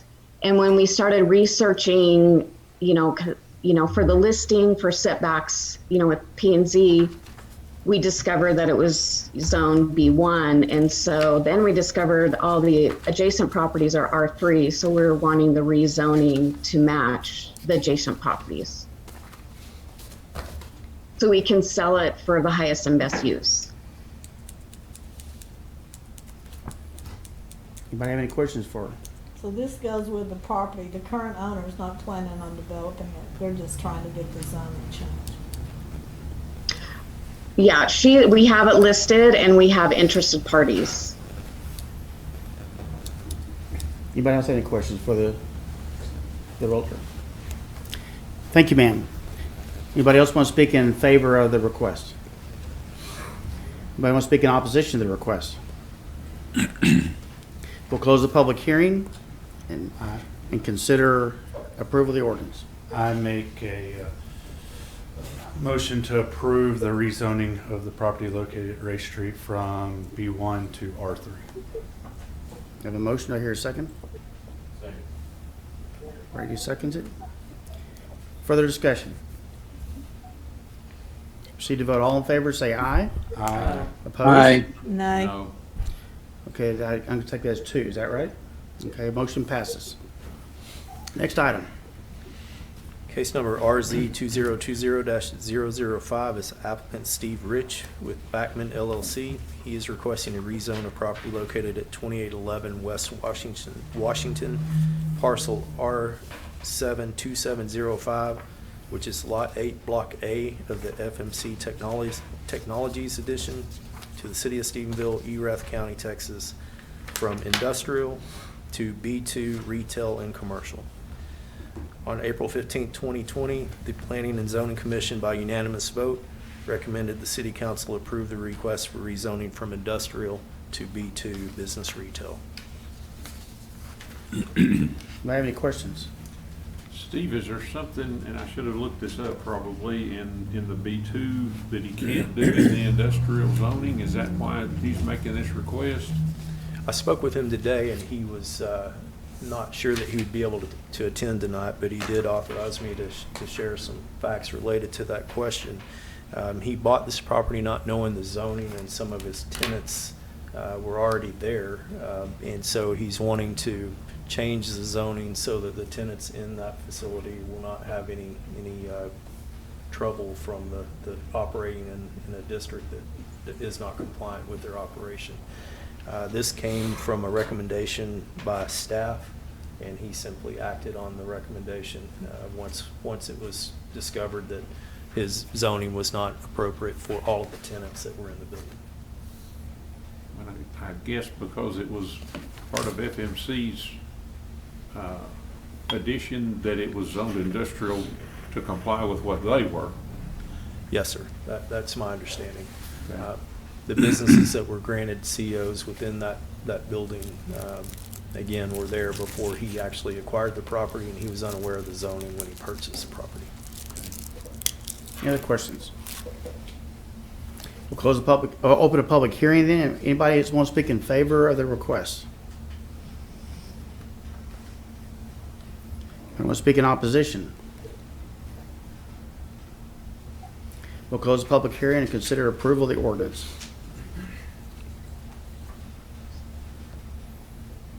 I make a motion that we approve the rezone of the property located at 2811 West Washington from industrial to business district, B2. I'll second. Brandon makes a motion, Mark seconds it. Any other discussion? Proceed to vote. All in favor, say aye. Aye. Opposed? Motion passes. Thank you, Steve. Thank you. Appreciate it. Next item is Dan. That's Chief Harris. Thank you. I've heard from several people across Texas about your warning to people coming to Stephenville, that very first, what do you call it, the town hall? Yes, where sir. you warned crooks coming to town. I've heard from that all over Texas. We have a few warrants we're getting ready to issue when we take a few officers out of isolation, so. Good deal. But It's not the just a officers- very small amount But it's decided. not the officers getting warned. Correct. Okay. Yes, sir. No, absolutely not. Okay, good. So, Mr. Mayor, members of the council, it is an honor first for me to present for the first time to you here as your new chief. And so what the city manager has tasked all of the directors to do is look for cost-saving measures. Not only as that's something we should be doing, but especially during these trying and challenging times. And so the top of the list for us, for the police department, is combining our in-car vehicle system with our body-worn camera system. So in doing that, bottom line is that I believe we can say, you'll see on the staff report, it'll say $14,000. I believe that is going to be more accurate, close to 18, maybe even possibly up to almost $19,000 this fiscal year. And so how that works, and I want to explain a couple things to you in that sense is that for almost 20 years, we have used Mobile Vision, Safe Fleet, L3, this in-car video system that has changed hands during those 20 years throughout that time. We're struggling this year and have long prior to my arrival this year with the quality of that product and it being able to meet and match our needs. That is the microphone that you see on my right, your left, on my chest here. That is our in-car microphone. In the middle of my chest is our body-worn camera, which is by Axon, or formerly known as Taser, the same brand as our Taser there. By combining this contract into this body-worn camera here, not only do we have the opportunity to save at a bare minimum, again, of $14,000, but we're going to increase our efficiency. We are going to increase the protection of our officers for this city based on the quality of these products, because let me explain how that will work. Is both the car and the video will work on this one here. So there'll still be a video camera in the vehicle, but you'll have this camera and microphone on my chest also, and they'll be combined into one system. And so how that works, let's say I make that traffic stop or respond to that call and I exit the vehicle, I've got two systems now combined into one. And as of actually today, I've got two different systems that work on, they're not compatible, they don't talk to each other, and we're struggling with keeping the in-car one working. Now, this council approved last year amount of almost $68,000 to replace those in-car cameras with the same contract, the same system that we have used for 20 years. That system will let us out of that, will refund us completely that almost $68,000. It's actually $67,729.36, complete refund. Allowing us to, I'm asking for your permission to reinvest that money into Axon, to the current body-worn camera system for our mobile vehicles also, at a cost of $49,251. That cost, so there's where you see that savings in this aspect. What Axon also does in a 1 to 5 year program is they spread it out, very similar to what you have approved in the past with our fleet replacement, where we don't have a large amount at the end of the 5-year contract. And so by going directly to one, the Axon system, we would spread that cost out and still result at the end of the 5 years where our savings would be right around 7% or $17,000. And so we'll have that extra money this year if you approve that. But even more important, right now, a very conservative estimate is that officers have to spend a tremendous amount of time with our server downloading the in-car video system data that they have received on a 10, 12-hour shift, depending on how long they've been out there working. It may take them 30 minutes, depending on the number of calls they've received in a day. It may take them an hour. It may take them 2 to 3 hours to download that. By going with this system and this cost-saving system, that's eliminated there completely. They can download on the fly as they're on patrol anywhere in the city where they have a good signal. They can download as they're on patrol. That's one of the liability protections for the city, because instantly that data is saved in a protected system on the cloud, where the majority of law enforcement systems are saved there now. So you can look at those hours. You just take 10 officers on duty roughly at a minimum in this city in a 24-hour period. You do some of that very conservative math over a year's time frame, and that's going to relieve us of that burden and be able to be out there on the streets protecting the city more and moving those black and whites throughout those neighborhoods and keeping those people out of the city. So the efficiency is huge there. The last extra part of that I want to talk about is officer safety. Going to this new system, there are even enhancements. We have the ability right now to put triggers in there to automatically turn on our car and body-worn camera systems. We have the settings in those computer systems. This enhances that. We have the ability to take that to the next level, and we're maybe gunshot technology. Let's hope we don't have to involve in that. But I don't want an officer to have to worry about turning on 2 different camera systems when someone is shooting at them. I don't want the officer to have to worry about, did I get one on, did I get the other one on? Because not only do they want to be protected, but they have to protect their own life and a citizen's life. But I need them to not have to worry about any of that, but to deal with the threat or anything that they may come across. And so being able to enhance our trigger system at a massive savings is extremely beneficial to us. So I've thrown a lot of information out there in a couple different ways, and so definitely want to answer any questions that you may have related to that. Any questions for Chief? Chief, have you had any experience with this specific system in the past? Yes, sir. So one of the things that's very, very important to it, so yes, sir, is that they're constantly upgrading those technologies, sometimes even on a monthly basis. Our previous in-car video system is no longer able to do that and able to keep up with the technology advances. So going with this contract and this 5-year system, consistently, it includes those upgrades and those improvements. So there is no telling what advancements we're going to have, such as when it comes to the gunshot detection, when it comes to the speed of the vehicle, the officer not answering the radio, the officer maybe being in a foot chase, a lot of different things like that. The sky's the limit for the future for this contract. Yes, sir. And does this contract encompass those upgrades? Yes, sir. Automatically? Yes, sir.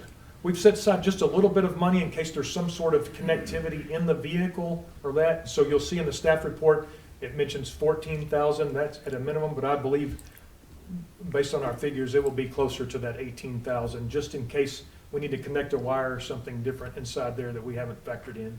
Okay. Yes, sir. Other questions? Do I hear a motion? Mayor, I move that we approve the authorization for the chief to proceed with the consolidation of his camera systems. Second. Okay, Alan made a motion, Nick seconded it. Any other questions? Proceed to vote. All in favor, say aye. Aye. Aye. Same sign opposed.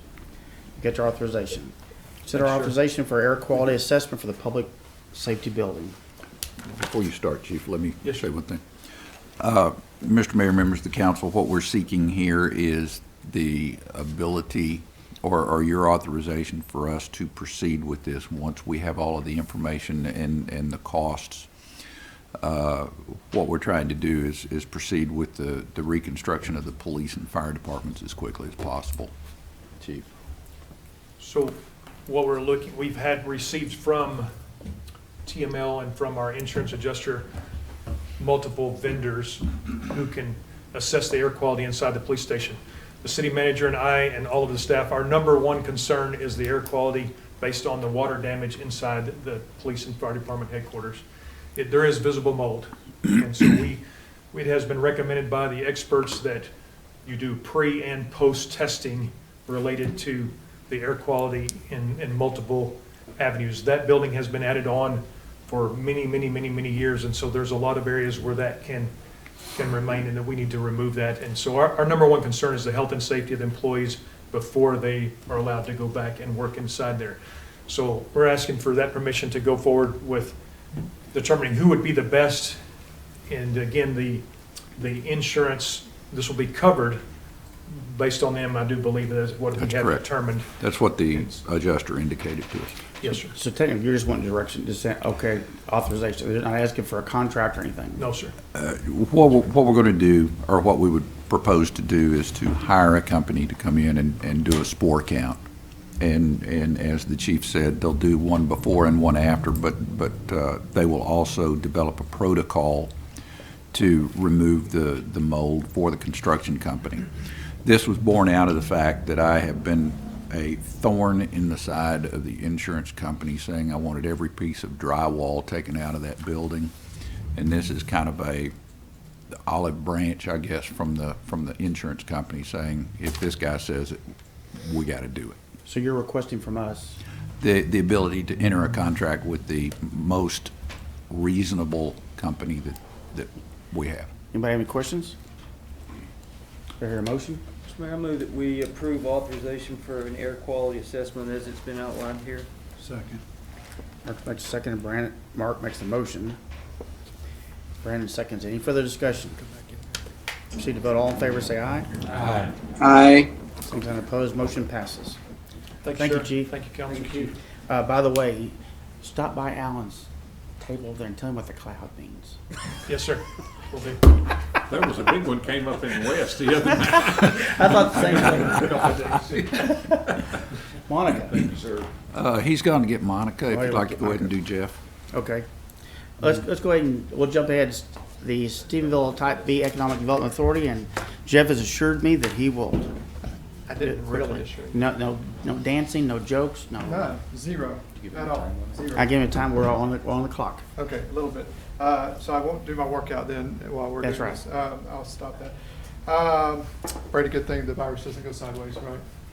I feel safe. All right. First of all, thank you guys for all your leadership during this crazy time here. Appreciate it. I also want to thank Carla, as this is your last one. Thanks for your support. Thanks for all you do. I did want to quickly say two quick things for you. One, a lot of these projects that you've been a part of in approving and helping guide along will continue on even after you're not sitting up here, and your legacy will continue forward. Another thing that will continue that you should be excited about is we had to redo all of the lights that we had started last year as our community project. They are now 100% working. Both Alan and Jason have seen the examples of what they can do, live video, everything on them, and they're up and working. So that'll be something pretty exciting. And the public will be excited. They will absolutely. I also want to thank the local businesses publicly. I think the cool thing about this right now, and we said this in a radio deal we did the other day, some of the people that have not been given enough thanks is the businesses. Certainly our consumers, our citizens have done a great job following the shelters in place and all of the declarations, and we're very excited about that. But our businesses also did, and they are not only working on ways to reopen in a safe manner, but do it in a way that takes care of their fellow citizens, and they've taken a bit of a hit as they've done this. So I just want to thank our businesses along the way. I want to welcome Justin to the council, and I can tell you, just as I did with Mr. Cook as he joined council a short time ago, you've got two great additions to your folks, or to the council, both who had some time on CETA board, so I got to see them firsthand, and they believe in the citizens, they believe in the businesses just like you guys do, and so that's a good thing. And so welcome, Justin, to the council. I wanted to speak on a few things that we have, and I'm going to supply a report to Mr. Barnes, a more detailed report, but we have some unemployment figures First of all, on unemployment claims, I wanted to give you for an 8-week reporting period beginning at the beginning of March through the end of April. In 2019, just as a comparison, we had 81 claims. In 2020, during that 8-week period, we've had 1,181 just for our area here. So we know that that's happening. There's not going to be a big surprise. What we hope is that we can get them back to work, though. That would be the tragedy if we cannot get them back to work. 1,181, exactly 1,100 more than last year in the same 8-week reporting period. Unemployment rate in January of this year, unemployment rate was 3.7%. In February, it was, I'm not done, Nick. Sorry, in February it was 3.3%, and in March was 4.3%. So just through March, it only jumped a little bit. However, we think based on the models of April, I hate to say this, but it may jump as high as 11.3% locally. We do think that that's not going to be a permanent deal. That's going to be temporary based on some of the other models that have come out. But based on everything else that are showing up in terms of claims for this last few weeks, it could go from 4.3 to 11.3. And again, I'll provide Mr. Barnes the detail that he can look over as well. That said, we have a COVID-19 customer impact dashboard that we have secured that will help us determine quite a few things. It'll help us to access year-over-year comparisons of consumer traffic volumes in local stores to answer evolving business questions. We'll be able to determine when consumers adapt to the new normal, whatever that might be, and how similar that new normal is to the previous activity volumes. And thirdly, it'll empower and support our local business community with insights across industries, including grocery, restaurants, retail, healthcare, and all the different ones. One of the things that it can show, and this is not very formal, nor is it something that any of you can really see very well, but you do see the dip that is expected in there, that dip that starting right about here, and it goes down. That's the obvious time period here whenever all the declarations came into play. It starts about the March 15th, March 16th, which I believe, Mayor, was your first one.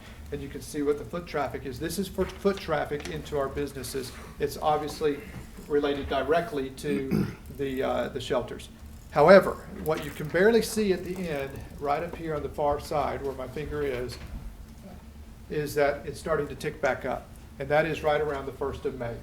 So we'll see that number go back into some sense of normalcy as everything begins to open up and people can go back in. That is actual foot traffic inside our stores based on and it's not expenditures yet, so we need to make sure that that happens. So, as you know, we started our Restart program, and we thank you for helping us with it on some of the funding. We've so far delivered, as you know, we have our big sanitizer for everyone. Sanitizer gallons, we've already delivered 30 gallons of that to businesses across our community. It's been widely received. They're asking now for spray bottles so they can continue to keep their places sprayed. It also makes some great mouthwash. No, it doesn't. Don't do that. It is quite strong. It is quite strong. I would not recommend that. But anyway, we'll be supplying some spray bottles as well for businesses. It'll help our product go a little bit further. But also it'll help the businesses to continue not only in the optics side of it, but we'll continue to keep our places safe for our consumers as they start to think about going back into our retailers and restaurants and so forth. It's been extremely popular. We also, as you know, started with a thermometer acquisition. We have not received those yet, unfortunately, but we already have 13 of them claimed. So, I didn't mention, we've delivered 30 gallons. We have 20 more of the gallons of sanitizer already claimed and will be delivered in the next few days. So that's 50 gallons into 50 different businesses, which is pretty exciting. And then the 13 is an additional 13 businesses that'll be there. We've led or participated in 8 webinars, radio programs, teleconferences with local businesses, reaching several thousand businesses in our area, trade area. Plus, we've had more than 100 one-on-one counseling assistance sessions with different businesses to help them with the different programs that are out there, from EIDL to PPP to other programs locally and that have become available throughout the state and nation. We are scheduled to launch our targeted marketing phase next week, and we have run a couple of trial balloons already, and so far the folks that have looked at it are just blown away by this service. I think you're going to hear something pretty special about our targeted marketing piece. It's going to help. Again, that's no charge, up to a certain amount of money for every single business in the city of Stephenville. So it's going to help them tremendously. And then, as you know, also, we have started a COVID-19 personal services response program. This is what you guys approved at your last meeting as a coalition between the City Council, the City of Stephenville, and CETA. We both put in equal amount of money to help fund those or help support those personal services businesses. So far, we just launched it a few hours ago. Actually, yesterday, we've had 8 applications for it so far. Unfortunately, some of those didn't read all of the stuff, and they're not personal service businesses, so they'll probably not have a chance at this round. However, we do have other programs that might serve them. We have made some tweaks, though, on our website. Right now, they can get to it from our website, and I wanted to mention just that very quickly. If you go to our website, I can show this because the camera's here. You go up, Restart Program, just talk about it, push the yellow button, and it goes to a whole listing of different types of resources that are available. And at the very top is the Personal Services Grant Program. They can either download it, fill it out, scan it back to a very dedicated email, which is covidrelief@stephenvilleeda.com, or you can actually fill it out online, and it'll automatically, once you push submit, go straight into that same email, and they never have to touch a paper at all. But it does have some things that they fill out on there to help get their application in. If they get it in, here's the other cool thing, and this is a thanks to the city and Monica's group and Alan being able to lead this. Here's what's happening, guys. If they can get their stuff in by Tuesday at the close of business, they will get paid the same week if they are approved. So that's a little bit better than some of the other programs that are out there, and we're very proud of that. Again, we have to have a cutoff each week, so it's Tuesday at 5, which is already passed for this week, but we start it again next week, and we'll get it going. They can fill it out anytime as long as we can have it in for the next review period. We review it on Wednesday or Thursday, get it in, and they can get paid by Friday. Paid on Friday. Yes, sir.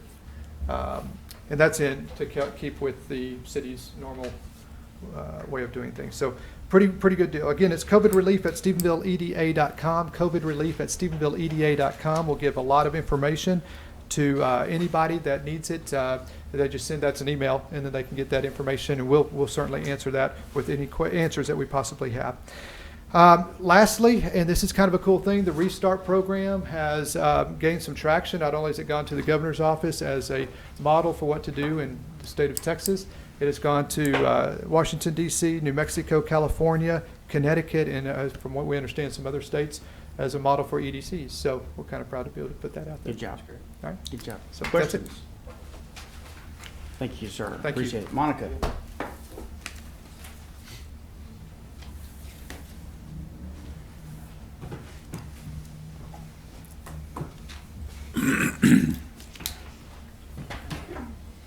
Mayor, Council, this is the monthly budget review and investment report for the period ending March 31st, which is half of our fiscal year. For our property tax, received $38,000 in the month of March, which is $304,000 or 5.14% over the funds collected through March last fiscal year. We've collected $6.23 million, which is 97% of our budget, which is consistent with our prior year collection, so we're on target there. For our sales tax, we received $504,000 in March, which is $20,000 or 0.62% over our target budget through March. That was what, February, or is that March's collection? That was January. We've received $28,000 or 0.86 more than the funds received last March. Getting a little bit more up to date for April, we were only down 2% from the previous. If the comptroller put out some numbers of sales tax, and they were down, I think it wasn't quite 10%, but if it was to impact us the same, which I won't know for about another week, that'd cost us about $50,000 to $60,000. But even with that, because sales tax is not evenly, 1/12 every month, we normally would collect about 67% through April, and taking that $50,000 to $60,000 out, it would put us about 66%. So we'd be about 1% down. So we're not really hitting too hard yet. So we still have some positive going. For HOT funds, we received $169,000 in revenue through March, compared to $170,000 last year. We spent $95,000 through March as compared to $148,000 last year. Our target budget for operating revenue is $14.1 million. We received $16.5 million in March, resulting in a $2.4 million over the target budget. Obviously, it's because of our property taxes, and we did get some insurance proceeds. The target budget for our operating expenditures is $10.4 million. We expended $9.5 million through March, which is $870,000 under our target budget. We've had about $500,000 in salary savings due to vacancies, and then obviously with closing down some of the programs like the sports, those temporary, part-time, seasonal people that we have, we have not hired them, so they're not working, and that gave us some savings. The operating revenue received last year was $15.3 million. The current year is $16.5 million, which is $1.2 million increase due to our service charges, insurance proceeds, and property taxes. The operating expenditures last year were $9 million. The current year is $9.5 million, which is a $527,000 increase, which is wages and benefits, training, maintenance, utilities, outside professionals, and marketing for CETA. For our new program, work is progressing on the CDBG GLO storm drainage project, and we have paid the $2 million advance funding for the Graham Avenue. We paid that to TxDOT. For our investments, the total market value of cash and investments on March 31st was $32.6 million.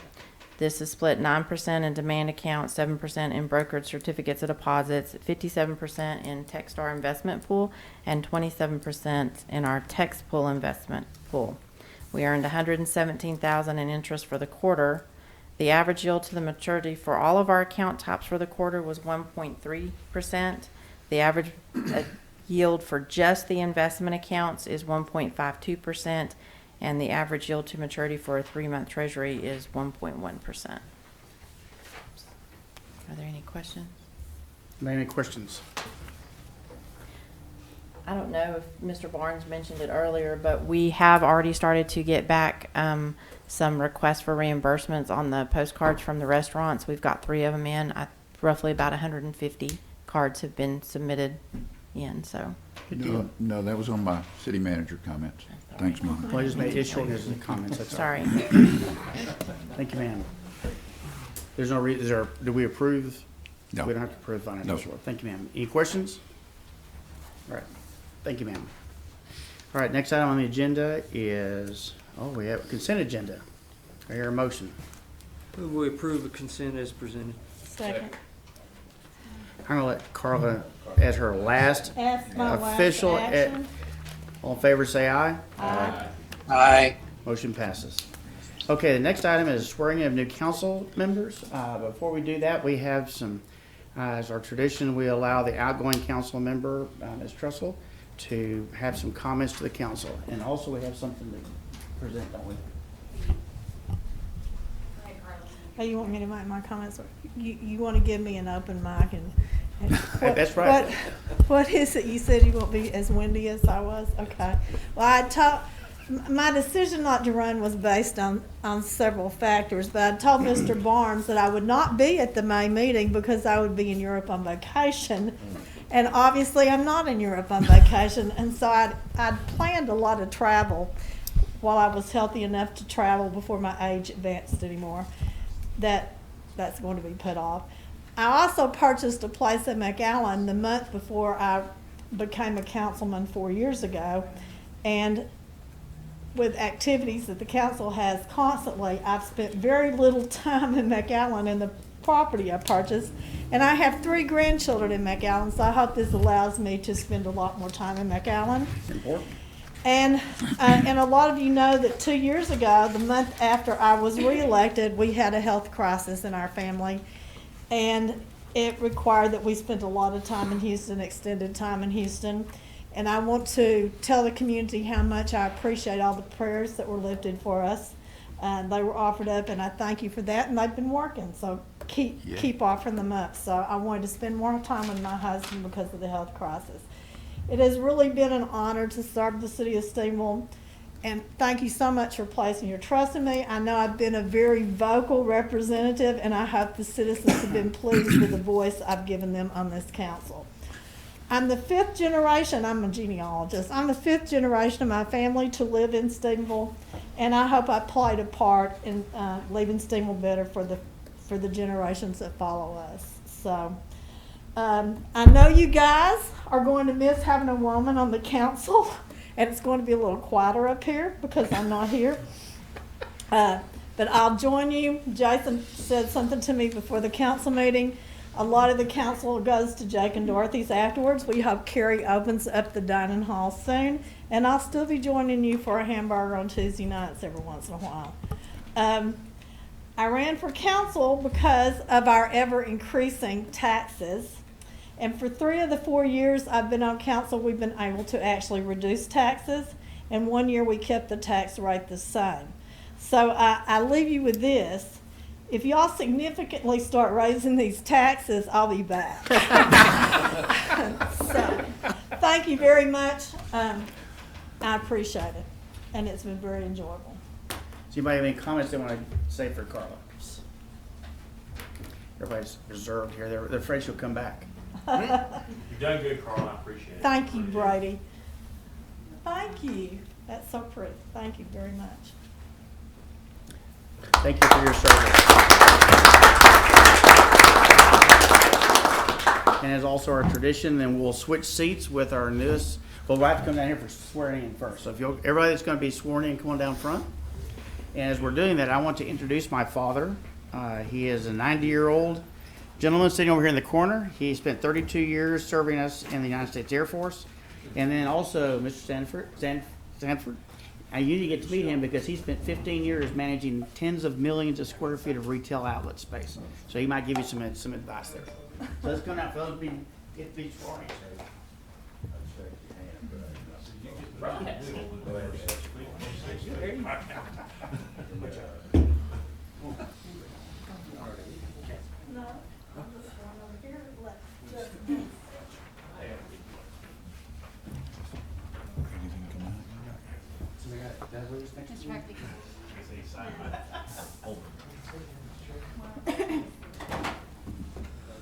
All right, y'all will raise your right hand and repeat after me, please. I state your name. Do solemnly swear. That I will faithfully execute. The duties of the office. State your position. And will, to the best of my ability. Preserve, protect, and defend. The Constitution and laws of the United States. And of this state. So help me God.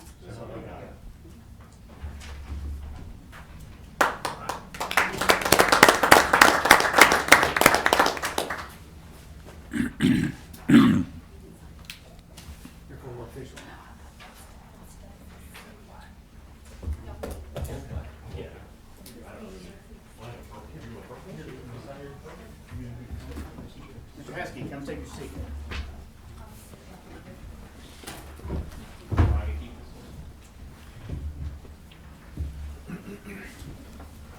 Comment. We're gonna reverse here and have Alan give his comments last. So we're going to start. We typically allow comments from the council members. Would you like to say something? Well, I just want to tell Carla, thank you so much for all you've done, and hope I can fill the shoes and the shadow that you left behind. So, And I would just thank you for stepping up. wow. Thank you. Okay. I want to thank Carla for all of her years of service. Appreciate everything you've done. I want to welcome Justin on board. You picked a heck of a time to be sworn in right in the middle of a pandemic, but welcome. If I didn't have bad luck, I wouldn't have any at all. There you go. I'd say the same thing. Thank you, Carla.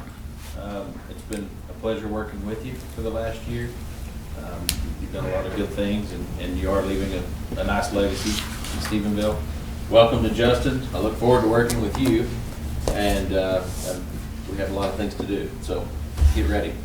And then, gosh, it seems like we've talked about COVID forever, but we haven't had an opportunity to have a lot of council comments on that. So thank you to the businesses who have stayed strong. Thank you to the residents who have done a great job of following the recommendations and the guidelines. And because of that we're starting to get to open back up again. And so lastly, now please, residents, go support your local businesses. And don't forget to continue to support them 6 months from now when this is hopefully somewhat behind us. keep that same local attitude that we've seen. Let's keep that going for many, many months and on into eternity. Echo the same things. Thank you, Carla, for your years of service and what you've done. I'll still peep over the fence and say hi to you every once in a while. But I appreciate what you've done for the city of Stephenville. And welcome, Justin. What a time to join. And we definitely have lots to do, and I think there'll be a lot more exciting topics that we get to talk about and issues we get to tackle and argue over things that we used to think were big deals that really aren't a big deal when you think about it. So I look forward to working with you and having your expertise on the council. And echo what Mr. Thurman said. I think the citizens have done a fantastic job through this, and because of that, we're starting to be able to reopen. And now it's self-responsibility. Our hospitals, we've got plans in place, and so I'm hopeful that it is a quick bounce back and a prosperous summer and into the fall, and we can get back to a life that is less restrictive, I guess you would say. So thank you for all the businesses and everything. Like Jeff said, a lot of the businesses made steps and sacrifices before they were even asked to. So that's a big deal, and just shows the true heart of our community. So. First, Justin, I want to thank you for stepping up. I want to say welcome to you. And I want to tell you, you didn't realize what you were stepping into. Sometimes that happens, and no, they don't pay us near enough for this. But welcome to the City Council. Look forward to working with you. And Carla, thank you. Thanks for keeping us up with Rick on the progress and the many things that we've all gone through together, because I feel like we have gone through it with you. Thanks for your service to the city. Appreciate it. Thanks to all of the citizens of Stephenville, the businesses, the consumers, everyone, because I think we have been an exemplary community on how we have handled a true crisis. We've come through it, I believe, with the colors that we would have expected to from the type of citizens that we have, and the businesses that we have also, and the work that they have done, the positive things that will come out of this, I believe, because of the lessons that have been learned. And hopefully the hometown people in the end will benefit from this. I want to thank Jeff and his board for helping, and the leadership that you've shown, and the ability to step forward and do things that are positive, not just going out looking for new people, but helping the existing consumers and the existing businesses in Stephenville. I appreciate that. Please extend that thank you to your board on our behalf. Yes, sir. Absolutely. And I want to plug our staff just a little bit, because our staff has done a really tremendous job in some adverse conditions sometimes to provide us with the information, to provide the public with the information, and to keep the city operating. That has been no small task, and they have done extremely well at it. And I want to commend them and thank them for their efforts on all of our behalf, not only us, but for the citizens and businesses here too. Thank you. Brady? Carla, I always appreciate and admire folks who have a willingness to speak their mind, even though it's not a popular position at times. That is what you're very good at, and so, I mean, I appreciate you doing it, I really do, because it's a hard position to take at times, but you embrace it, and it's important, and I respect folks that have the ability to do that and want to do that, so thank you for that. And I don't know if we'll ever see each other again, we're no longer neighbors, we don't serve with the council anymore, so maybe our paths will cross. But you're gonna open your bar soon, right? The bar will open soon, come back to the bar. That's right. And lastly, I'll tell you guys, I never thought I'd be so glad to say this, I'm back, glad we're back in the actual meeting, conducting regular business, so it sure is comforting, I guess, and kind of fun again, so let's keep it fun, keep it good times. Mark? I've never gone last. I don't know that I like it, going last, because all you can say is ditto. It's a little bit of a challenge. Yeah. Usually it comes. Yeah. It's a little bit of a challenge, isn't it? It is. Carla, it's been an absolute pleasure to get to know you a little bit, to work with you, to argue with you. I've had fun doing that when we've had to do that. I hope you and Rick and the rest of your family have nothing but great success going forward. And it's been a pleasure, and I really appreciate your service. And to Justin and Brady and Brandon and Alan and Mr. Mayor, thanks for y'all's willingness to step up. This was not a good time for anybody. I mean, he's the new guy, but you guys kind of knew what you were in for, and you were willing to do it. So I really appreciate that. Buckle in. There's lots to do. So, and I would say, now that the businesses are starting to open up, just get out and support the local folks wherever you can, safely, of course, but get out and support the local businesses. Thank you, sir. Carla, everybody said good stuff about you. Gerald. Oh, Gerald. I'm sorry, Gerald. Well, thank you, Mayor. Carla, thank you very much for your service. And you're still It's been a pleasure working with you. And all. And thank you to Justin for coming on board.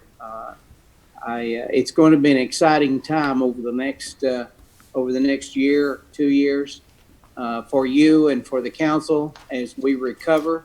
As we've all talked about, we're in this together, and we are all working together. Thank you to the staff who have done a wonderful job, and to CETA, Mayor, thank you for your leadership. Thank you to all the council, my fellow council members who have worked solidly and in somewhat trying times to get together, frankly. And we're going to make it through it. We're going to make it better. And we've got a lot of great things in front of us. So thank you all. One of the things, I want to say two things about Carla. How many of y'all have received text messages from her at 2 in the morning? Or a phone call at 1? She's always thinking about Stephenville and how to improve things, and I appreciate that willingness to always reach out. I remember the morning that you and I talked when you were in Houston, and I remember asking how things went, and your comment was something to the effect of, it didn't go well, and I said, I'll pray for you. Maybe I need to pray for you as much as I do Rick, and that was a good kind of where that started. I appreciate that. One of the things about Carla is, some of us, we all have people say, well, there's a whole lot of people that think a certain way. There's a lot of people who talk to me. Well, sometimes I want to ask, well, can you count them on one hand, or does it take two to do that? With Carla, when she says a lot of people talk to me, well, she likes arguing whether she's on the same side or not. And she talks to everybody. And so when she says the citizens are saying, I always listen to that because she has spoken to a lot of the citizens. And I appreciate you representing the citizens, Steveville, up here. Sometimes even when you didn't agree with them, you told both sides of the story. And I appreciate your listening to them very much. Justin, I remember the night we talked about you running for office, and I think this will make a great addition.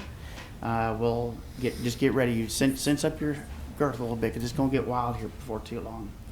Next comment I have is that this Thursday is the National Day of Prayer, and there'll be prayers all over the city of Stephenville, and there'll be one here at, I think it's at 8:15 in this office, in this building here. I think that. And it'll be going there. There'll be prayers led all over the city of Stephenville at different churches, different locations. And the first one will be here in the city council chambers, and I'll be leading that prayer as praying for the citizens, all those things that we've been talking about, businesses, etc. And the last thing I want to say is that in the next few days, I'll be in touch with each of you about committee assignments. So if you have a desire to change assignments, do something different, please get to me and let me know quickly, because as you know, that goes fast. So that's all I have. Alan? Mr. Mayor, members of the council, the first couple of things that I have are COVID related. Everybody's talked about the resiliency of our community and how wonderful it is and how our folks have reacted. We've had a total of 14 people come down with COVID in Erath County in the last 2 months. That can be directly attributed to our folks sheltering in place like we've asked them to do. One of the things that has tended to be overlooked during this time is the need for blood. Our police department and fire department are going to have a blood drive on May 22nd from 10 in the morning till 4 p.m. across the street at the Cowboy Capitol Plaza. I think it's kind of a battle in which the police are certainly going to outdo the firemen. Not to show you where my 20 years prior to this business cut the lies. That's your non-presidential opinion. That's correct. Also, tomorrow, the 6th, there's going to be a drive-through COVID testing at Cornerstone Church. It's free of charge. It's done by the Texas National Guard and the Erath County Emergency Management Office. The reason I asked Jeff about the unemployment claims is I read an article about Belton had over 11,000 in a month. And it's good to know that while certainly 1,100 is way too many people unemployed here, that's certainly better than 11,000. The final thing I want to say is to Carla. No, wait a minute. Justin, welcome. I've enjoyed working with you since the election has been called off, and I look forward to the next several years of working with you. Whatever the staff and I can do to help you, just give me a call. A little over 3 years ago, I came to the city of Stephenville and interviewed with the council and had an opportunity to visit with Carla. And Carla told me, when you come here, I'm going to be a little outspoken. It's not a little, Carla. Not a little. Not a little. I have a very soft spot in my heart for Carla because she does care for Stephenville.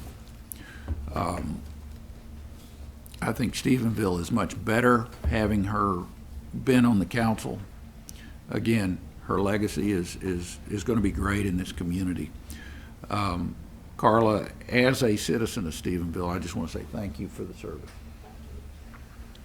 Mr. Mayor, we did just get notice, by the way, this is kind of going back to an earlier thing. On May 8th, the governor said that local public pools could open subject to the approval of local authorities at a 25% level. So that's worse than the 50% level than we were hoping for. We'll be in touch with you, see if we can modify that a little bit. Yes, sir. Other than that, that concludes my comment. Well, it is 7:47. Our city council will stand adjourned. Thank you.